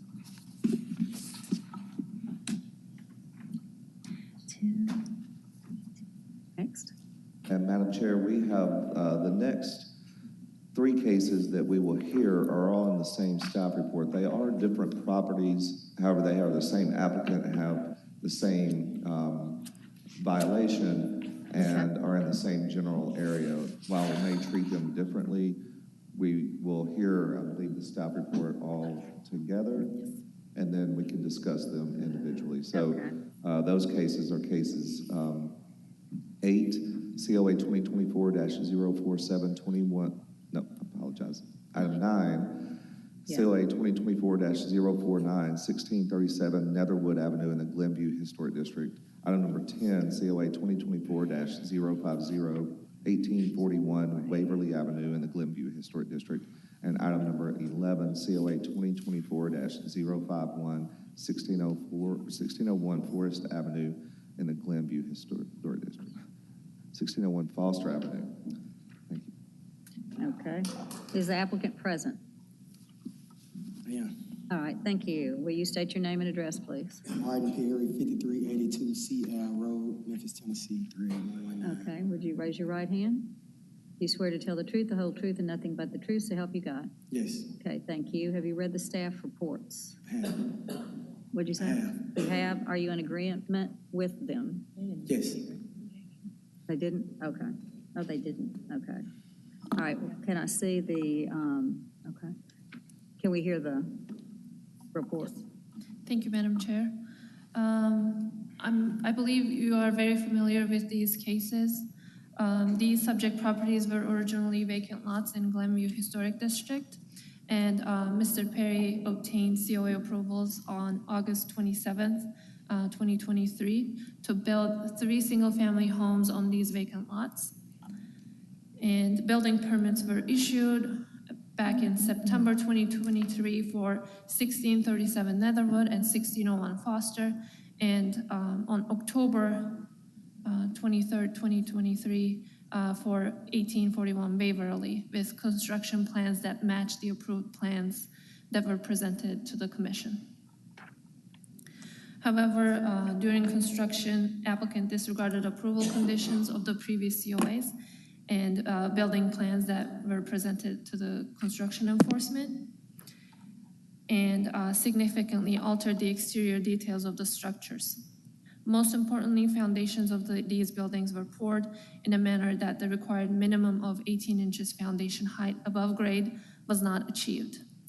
It is also important to note that the Unified Development Code requires all new single-family residential structures built within the contextual infill area to have raised foundations minimum of 18 inches above ground. So all 3 structures were failed at the final inspections Due to the discrepancies, and the applicant obtained variance approvals for the foundation heights less than 18 inches on March 27th, 2024, in order to mediate the UDC violation. Board of Adjustment also required the applicant to apply for new COA applications to be reviewed by the Landmarks Commission as approval conditions for the variances, stating a detailed modified site plan and elevations in closer keeping with Glenview Historic District design guidelines shall be submitted to the Memphis Landmarks Commission for review and approval through the Certificate of Appropriateness process. So now we have these three cases at hand. The applicant is seeking approval of the deviations and fulfill the requirements of the variance approval that he got in March. We actually find that applicant disregarded the approval conditions that were placed by the Landmarks Commission, and we are not making any recommendations for you today. But I'm going to go over all three properties and point out the discrepancies that I noted. And I will also list a couple of conditions that you might want to consider if you are going forward with the application approval for these. So this is 1637 Netherwood. Here is the current condition versus the plan that the commission approved back in August of 2023. As I mentioned, foundation walls are not minimum 18 inches above grade. A middle porch column is added at the front porch. Porch columns do not appear to be 12 inches. Brick pedestals do not appear to be 18 inches. Overhangs do not appear to be 18 inches. One window is missing at the main front gable. Square windows on the right elevation do not appear to be 24 inch by 24 inch dimensions. And the fence that you can see actually to the right of the property was not included in the previous COA application. This is 1841 Waverly. Again, foundation walls are not minimum 18 inches above ground. There is middle porch column added. Porch columns do not appear to be 12 inches. Brick pedestals do not appear to be 18. Overhangs do not appear to be 18 inches. One window is missing at the front gable. Square windows on the right elevation do not appear to be 24 by 24. An existing driveway appears to be extending less than 40 feet beyond the front wall of the structure. And 1601 Foster. Again, foundation walls are not 18 inches. There's a middle porch column added. Porch columns do not appear to be what is approved. Brick pedestals do not appear to be what is approved. Overhangs do not appear to be 18 inches. Both windows at the main front gable are missing at this property. Window openings are missing on the right elevation, and fence was not included in the previous COA approval. So the applicant provided us a new front elevation for all of these properties. I think one of the drawings was a mirror image of this, but they're basically the same. He's proposing a 24-inch wide brick columns at the front porch, a knee wall with 8-inch by 15 inches brick columns with concrete cap between proposed brick columns here.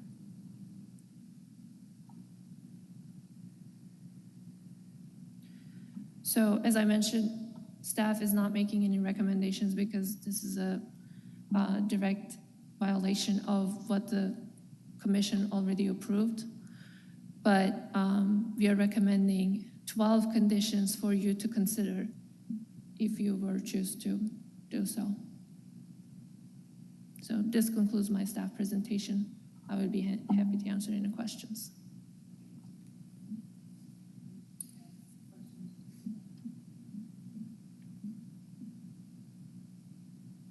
Questions for staff?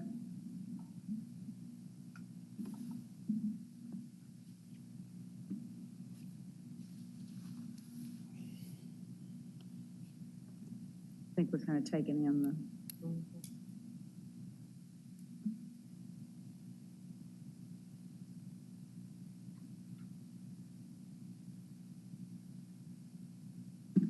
like to hear from the applicant because this is the most egregious thing I've ever seen. Yeah, Says the what? I'm sorry. This is the most egregious thing I've ever seen. let me get. Go ahead. Wait 1 second. Nobody needs to ask I don't think staff anybody needs to anything, talk right? to her. Okay. Nobody said anything. I'd love to hear from the applicant. Yes, sir, go ahead. I mean, at this point, all I can do is make the change. We had the architect draw up something so they could help us out, but we made the slab just too short on this one. It's 6 inches too short. Should have been 18, we made it 12. Wait, you had a full set of plans Yes. that you handed to a GC, This one's hard. and they didn't do what was on those plans. Just like the previous guy, it's just something. And they didn't do it 3 times? You didn't, the same GC did all 3 structures? Yes, sir. It's just And something that we missed. you weren't on site checking you weren't on site checking your GC? I am the GC. You're the GC. Did you have a lender? Do I have a lender? Yep. No, I'm building those for a company. So you're doing this all out of pocket costs. There's no lender involved. I'm building these for a company, Your building's for a company. What's the company? Mid-South Home Buyers. So you're the GC and Mid-South Home Buyers hired you Yeah. and they approved the plans? Who, Mid-South? Mid-South? Yeah. And do they have a lender? I don't know. Okay. Miss South Homebuyer should know better because I see these signs all over the neighborhood and all over the city. And I'm usually the soft one. I think this is ridiculous. They have homes all over the city. They know better. They should have looked at those, even if you didn't know better, they should know better. They should have looked at those plans and kicked them back immediately. One of these homes is on the ground. That's crazy. That's crazy town. What do you mean it's Because on the ground? This one looks like there's just no that base first on one here. is. You're saying from the foundation It's on side. the ground. But I mean, there's way more violations than just the Oh, yeah. foundation. Well, I mean, It's, I know, but I'm just saying, for instance, Right. one of them is on the doesn't ground. look at all like what was approved by us. Of course. And I don't understand that. I don't either. I guess we've heard from him. Well, I mean, is there even? No, let's talk. You want to? Maybe you don't get all the heat, but you got to get some of the smoke because you're here, so. Oh, This is there? one Yeah, deserves sure. smoke. What, is there anything you would like to say specifically about these 3 structures? Again, it's just something that I missed. So once they sent the COA over, emailed it over to me, I never looked at it. You know, I missed it. So the 18 inches, I completely missed it. That's not just 18 inches, excuse me. Yeah, I missed it. It's 12. Most of those slabs, all 3 of them actually On the ground. 12 inches above grade. Did you I come think in the front of point- us originally? Ma'am? Did you come in front of us originally? And you know what we okayed?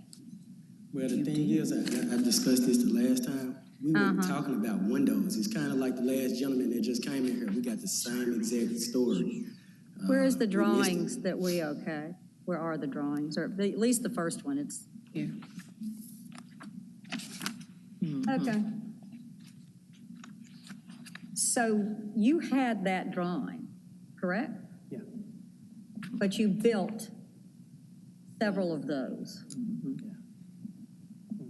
And why? What was that? Why? Why? Why did I build it? Yes, sir. Why did you change what we approved without coming back to staff or to us to show that you were changing something? It would have saved a lot of time and money, that's for sure. As far as just adding an extra column, is that what you were? Look at the difference. It's all those things. All of them. If you can't see the matter. differences, then I think you might have the wrong profession. Yeah, I probably. So, what? Windows, I mean, everything. Everything. Are you in agreement with all the changes the staff is requesting Yeah. to all 3 structures? Yeah. What would you like to say, Aisha? To clarify the windows, because Chairman Tucker pointed them out, the approval conditions actually gave him the option to have 1/1 windows, and he went with that. All the windows are 1/1. So that meets the conditions that were approved by the commission. But everything else that I pointed out are still deviations from what was approved. Okay. Clarification, but there are still 8 extreme deviations from the approved. So, you know, the last gentleman had 1 problem, you have 8. And I agree with what the rest of the commissioners have said, it's a pretty egregious deviation. And if you don't understand that, that's a pretty serious issue. And I think there's also clearly a trust issue that anything we approve at this point, how do we know that you're going to follow through? I find it interesting that even your architect redrew the elevation with the 18 inches above grade. So he clearly understands, but something's been a serious disconnect between what's drawn and what's built in the field. So I think you got some major problems on your hands. Yes, ma'am. Go ahead. And when I was reading the report, and I noticed, and I do remember that you were here before us about a month ago, and you promised to work in good faith with us. Right. And we took your word on that, okay? And I said, maybe we should provide the guidelines. But as I continued to read through the report, I noticed that you had done work in 2 other historical districts. Not 1, but 2, and this is the 3rd one. And it's blatant disrespect. Totally, Mr. Perry. So, and you know what? It shows, this is just from me, it shows that you are distrustful and disingenuous. Ms. Boyd, so. And I was very disappointed as I continued to read the report. Very disappointed. As far as the foundation, those are my comments. This has never been a thing up until like now that this has been something that's been pushed, and I said this before. So I think everybody ignored the foundation height because it just haven't been a thing, and now it is a thing. And I even got it going on Snowden right now. So you guys, we had the new inspection come out that was implemented, where they came out and checked the form boards before you pour. Even just, and I know this kind of off subject, but I had those form boards inspected, got an approval to move forward, and then once we poured, I had the re-inspection and failed. So it's almost at this point to where like, don't nobody really know what they want at this point, you know? And we still trying to figure this thing out.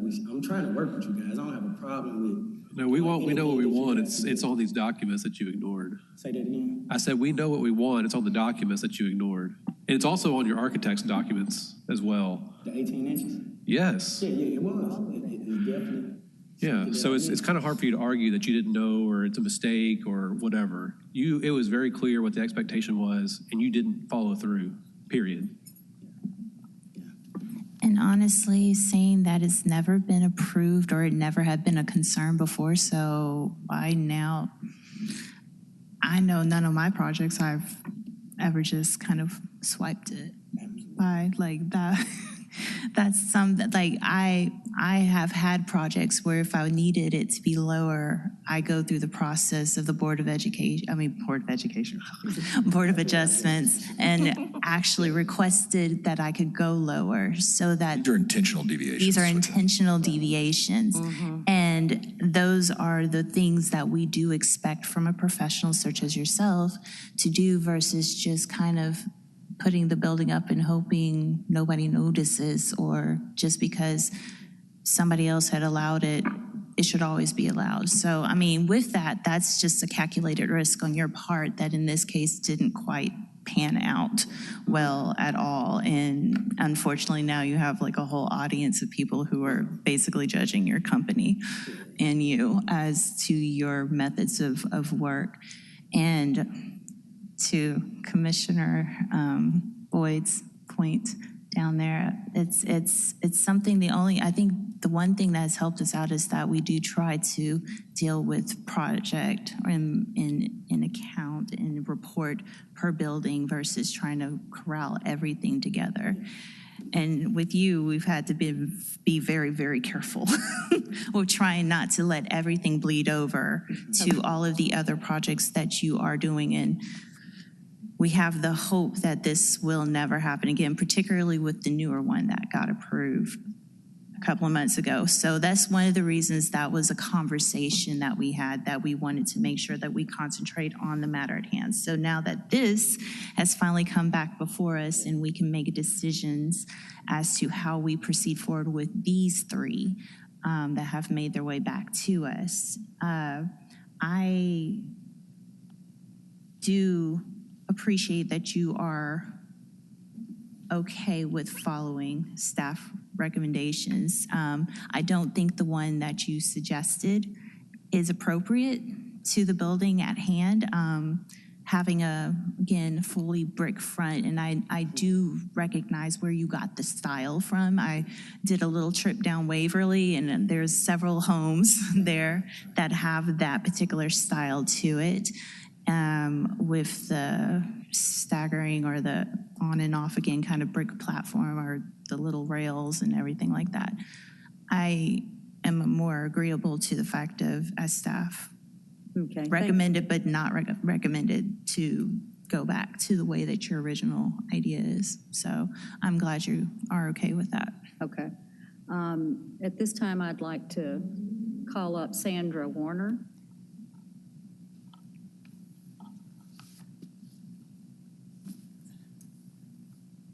Could you state your name and address, please? Sandra Bill Warner. I live at 1840 Waverly Avenue. Okay, could you raise your right hand? Swear to tell the truth, the whole truth, nothing but the truth, so help you God. I won't lie. I don't really swear. Okay, that's all right. The property on Waverly is 1841 is actually across from me. And a lot of these violations that the 18-inch foundation that has been set in play, I don't understand why it even got to that point, because there were other meetings, and the foundation is still supposed to be 18 inches, just 18 inches or maybe lower. Some of these foundations look like they may be 6 inches on if you really look at that house, and then look at the foundation, it looked like it may be 6 to 8 inches. We live in a historic district, and we would like to be able to keep our historic status. But by constantly allowing these different things to happen in the neighborhood, it jeopardizes what we're invested in and what it means to us. We're not trying to keep them from doing anything, but it's mighty peculiar that every time you build something, you get away with all these code violations, and to me, I don't like it. It disrespects me, it disrespects the council, and it disrespects himself. I personally don't like it. And I think that you could maybe put some wainscot and do an underpinning or something to make it look like at least 12 inches around on a foundation. That looks like just a slab with a base around it, where you can say I have a porch, but you truly don't. You can say I have a foundation, which you do, but not to height. Do it for 6 inches, 8 inches. It looks like a slab is what it looks like.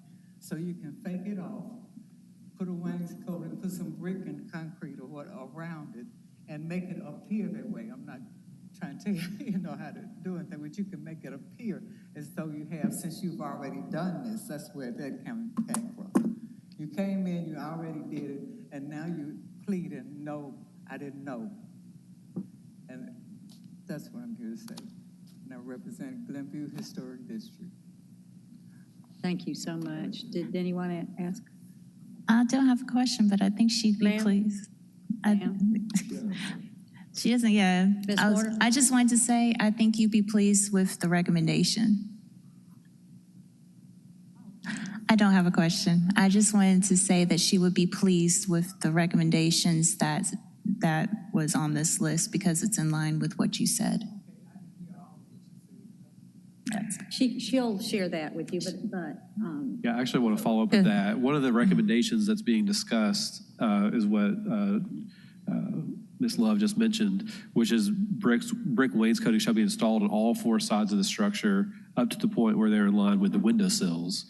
So my question to you, as someone that lives in the neighborhood that's familiar with the historic nature of the homes, do you think that that would help make the structure blend in better with the neighborhood?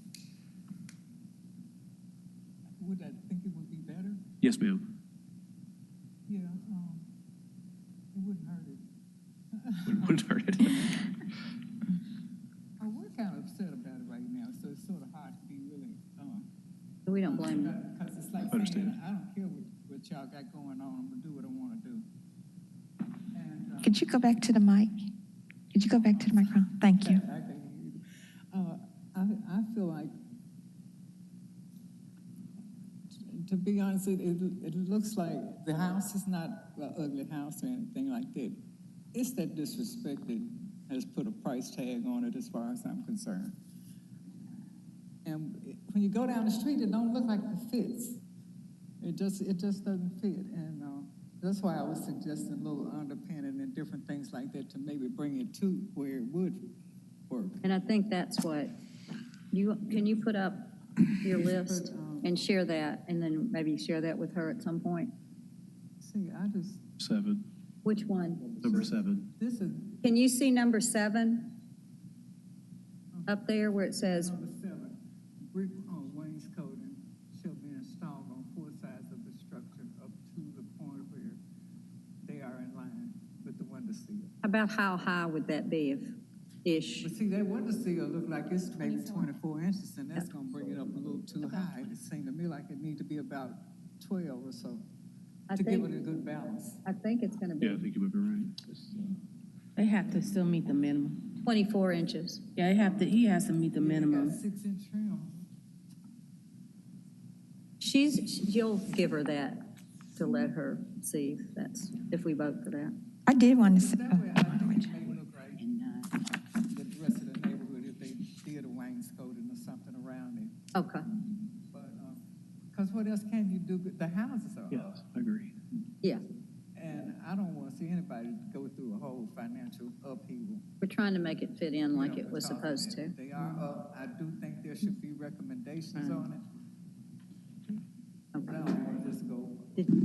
Go ahead. Natasha, did you want to say something? I just wanted to say thank you for coming down here today. Thank you for speaking on behalf of the Glenview Historic District neighborhood, and thank you for your letter that you wrote in, your comments. Thank you. And thank you for speaking. Just for Brett, I just have a quick one for Brett. This is all extreme, but how much leverage do we have as a board? I mean, if somebody came in, and I'm not suggesting, I may suggest this here, but if someone came in and deviated this much or more, could you request that a structure be raised?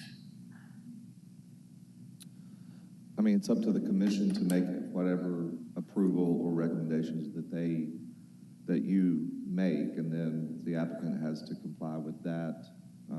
Can you be that extreme in a measure if you need it to be? I believe you can make any recommendations that you That's what I want. see fit. I'm so disappointed in this applicant that we're constantly putting lipstick on a pig and allowing these things to happen. And that would certainly send a message that you have to follow what has been approved. It's a costly mistake. What steps? So in a similar question, what's happening right now while we're adjudicating this? Is the occupant just not allowed to occupy the home? So since the last inspections were failed, I believe the properties were given a certificate of occupancy because it's a requirement for new construction of single-family houses. So they should not be occupied at this point. Right. Good to know. So if I do a drive-by, there will not be people in the house, correct? Hopefully. Because the inspectors were failed the final inspection, so they shouldn't be occupied. And the final inspection you're referring to is going back to, I know there were Board of Adjustment in here, he had properties, maybe some of the same ones, back in March of this year. So are you referring to prior to March? Prior to March. Okay, failing the inspection, but because he was also here last month.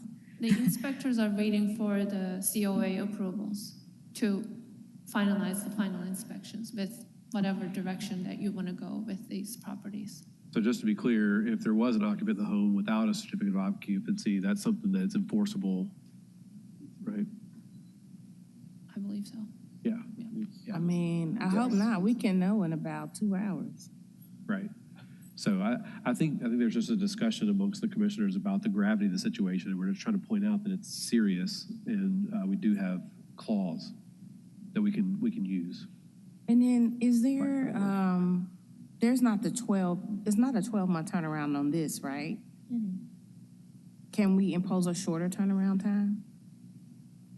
Well, if they want to occupy the homes, then that would be their incentive to complete any approvals that they receive from the commission in order to complete the homes and receive their final. So that's the incentive. I mean, you can put some on it, but I think that's probably, they have an incentive to complete their whatever you approve today, Right. so that they can get their final. Return on the investment. Okay, Understood. should we, of this discussion, we go to? For discussion purposes, I'd like to move to approval of COA 2024 049, 050, and 051. Okay, have a second? Second. Okay, discussion? Well, I think we're all on the same page. Yeah. Yeah. I think we can all agree that the well of grace and mercy has run dry here. So there is no grace and mercy to be had. Because this is not the first rodeo. We keep saying, having the same conversation over and over again. And I'm in alignment with all of the conditions. Even if you wanted to have the house raised, I would probably support having the foundation. One of them? One. Suggesting all. Yeah, all of them. I'm suggesting all three out of respect for the neighbors. Yes, I am the neighbors, yes. I'm also the neighbors, so yes, I would agree with that. Because it is just not in line with the neighborhood. Nothing about this is in line with the neighborhood. And I don't see question, I didn't ask about, I saw it on the, what do you call it here? The stairs for the porch, but I don't see it in the recommendations. Does that need to be explicit in terms of the porch part? Like it's not a true porch, but should it have stairs, and should we explicitly state steps? Technically, the porches are level with the ground, so there's no point in having steps leading to the porch. No, I mean, but if they raise it, does that I know. At this point, I don't think the porches can be raised because the house. I meant raised, like torn down. All three structures torn down. Yeah, R.A. Gil, this hurts so bad. Go sit We're down. not talking, we'll talk. Sit Sir, down. We'll talk to you in a second. Mr. Perry, the public portion of the hearing is closed, and so there's no more public. This is actually talking amongst ourselves. We'll come back to you in a minute. Okay. And I do want to suggest, I think that the recommendation would be to go back, this could be a potential recommendation, to go back to the originally approved drawings, which that would, you wouldn't be requiring them to be demolished. You would just be requiring the original approved drawings to be followed, and then that would have to be dealt with. I would agree to it.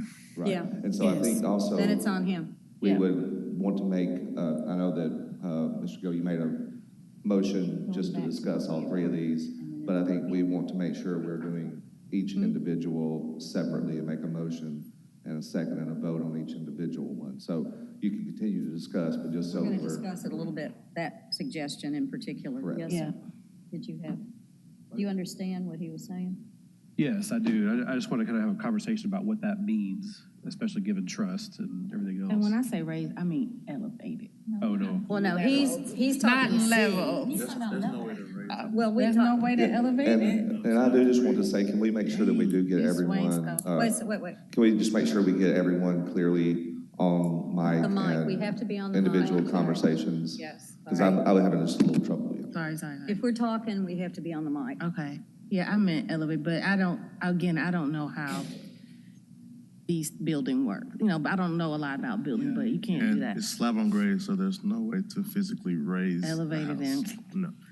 The way I'm saying is RAZE. Yeah, no, level. I know. Got it. That's what I thought you were Oh, saying. no, I wasn't. I would be fine if the three structures, if we say the three structures have to meet the original COA and what was approved, and let the applicant deal with the problem. Yep. I will say I am a little uncomfortable with adding to an environmental already landfill construction issue of demolishing completely new construction, knowing that is a huge carbon impact, period.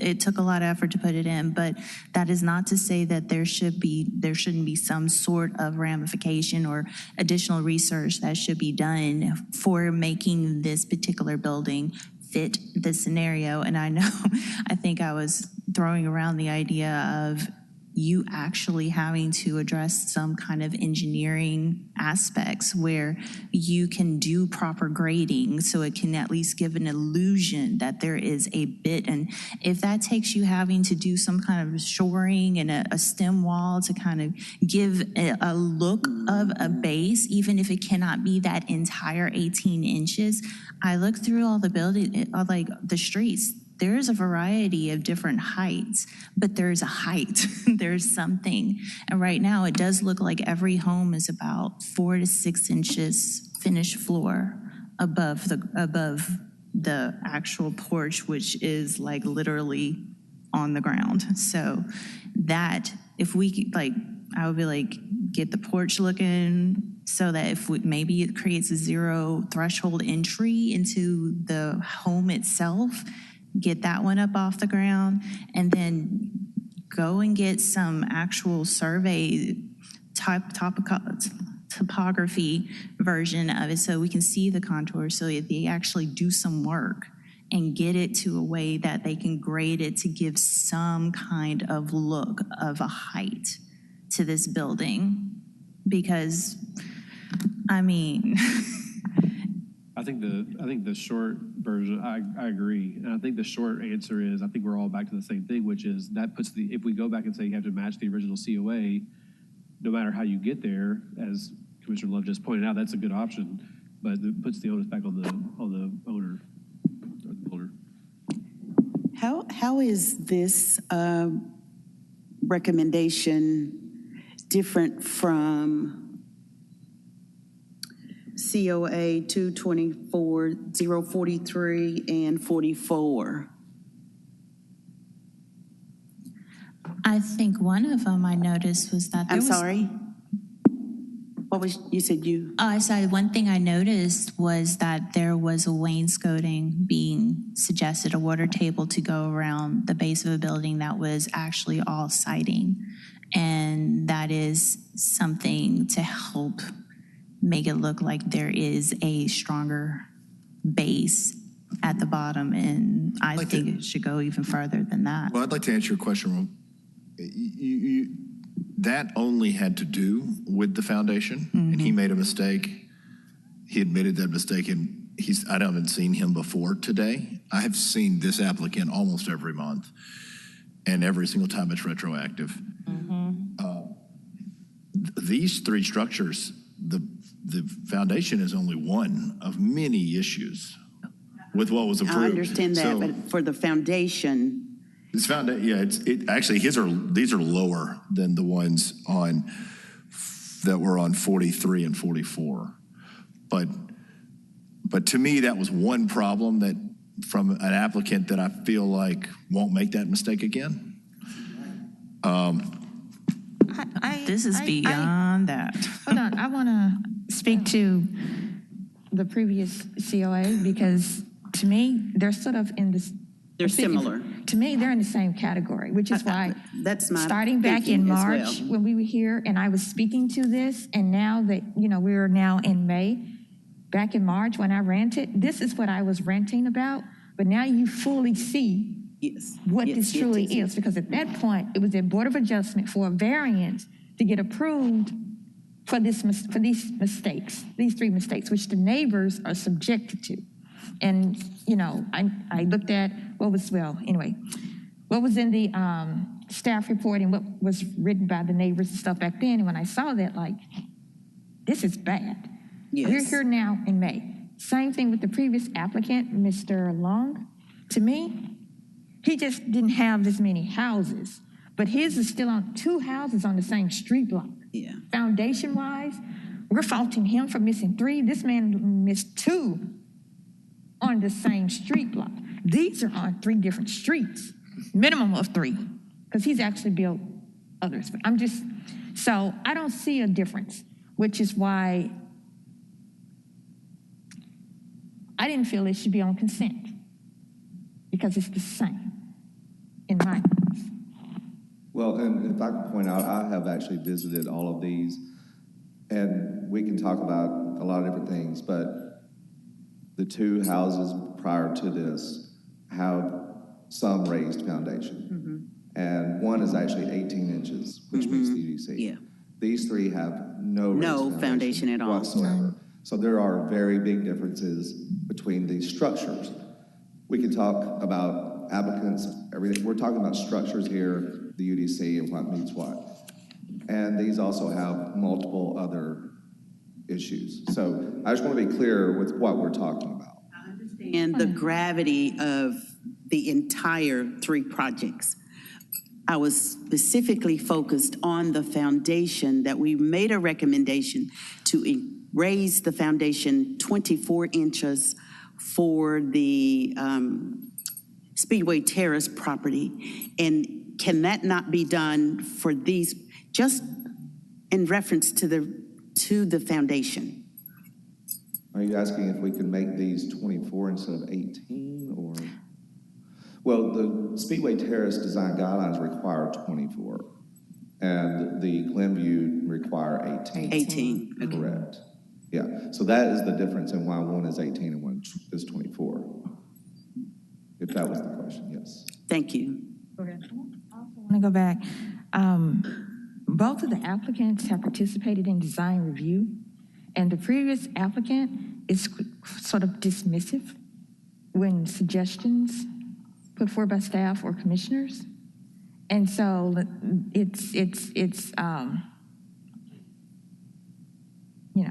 again, these are recommendations by staff for landmarks to uphold the design guidelines. And so to me, that's problematic as well. Why don't we just put this back on the applicant and just say, follow the COA the way it was originally approved for all 3 structures. We'll vote on all 3 structures. Yep. On each. Are y'all good with that? Yep. And does he, Okay. I'm just saying, let's just put the onus back on the applicant. Make it look All good. 3 structures have to match the original COAs However that he were does approved. What's that? However you do it, Does it. you figure it out. it's his problem. Okay, so But this is a recommendation on how to get there. how did We're not, you- it's not a we recommendation to don't- get there. What those are recommendations of the existing structure and how to put Modify lipstick that. on a pig, or modify that. I'm saying, Look at the drawing that we approved. and make there that it happen. is. My question is how does he report to you? I think That we know that this is going to happen. if that's what the commission votes to approve for each structure, then the applicant would have the option to go back and come up with a plan to make those corrections. We could review those, and you could put that as a condition. If they find some things that they say, I would like to deviate from those plans in this way, they would have to come back and seek approval for that. If the commission would like to give some leeway for us to review some things, but I think, there may be some things that they say, we can meet 90%, and this 10%, we would like to ask approval to deviate, and here's how we would deviate from that. That's the way I would see this occurring. Could we deviate, or could we delegate some of the review of that to staff? But then also, my suggestion would be that we request that we see it, at least some of it, specifically the I think he needs to come foundation. back in front of it. Unless he does exactly what he needs to come back here. Right. We could review for No, you're not. compliance.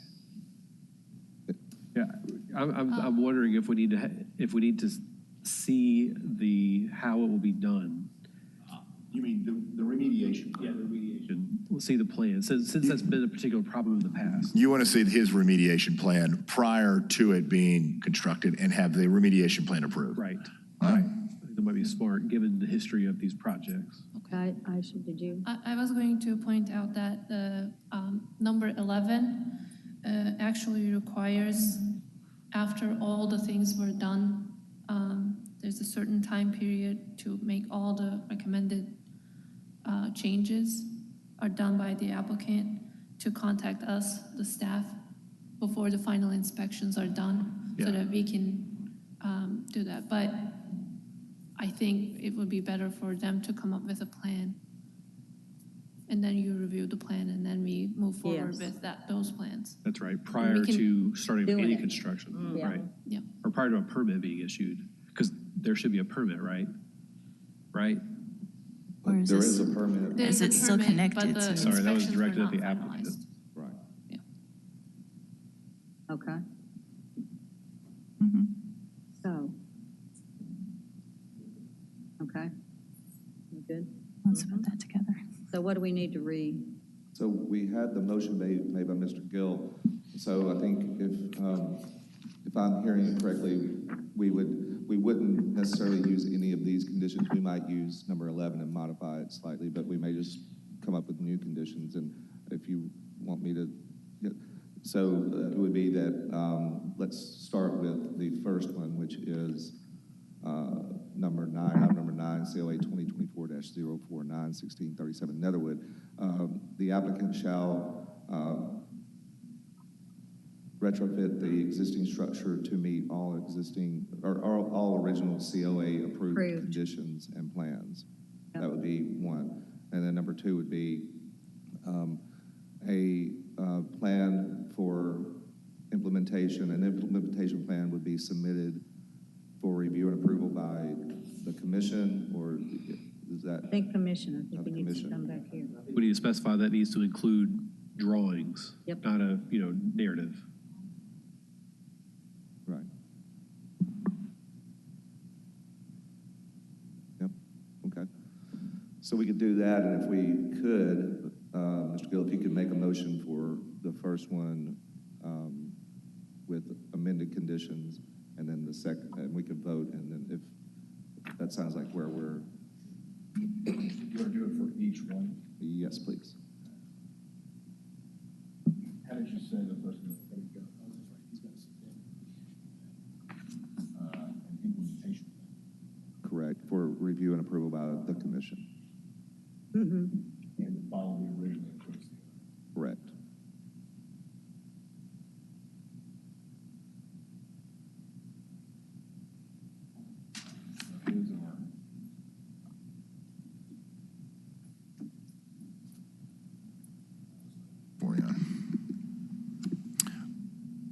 All right, COA 2024-049.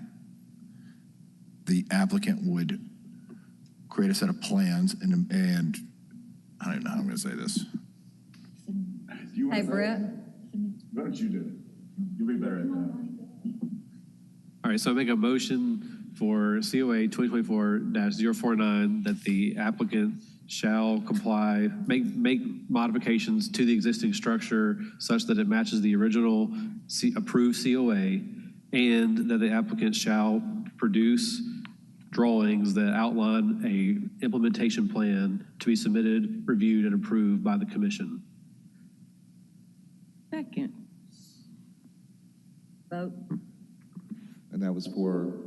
First one. 49. Okay. Mr. Gill? Yes. Ms. Boyd? Ms. Love? Yes. Ms. Strong? Yes. Mr. Walker? Yes. Mr. Winter? Yes. Vice Chair Doss? Yes. Chair Tucker? Yes. Motion carries. Okay.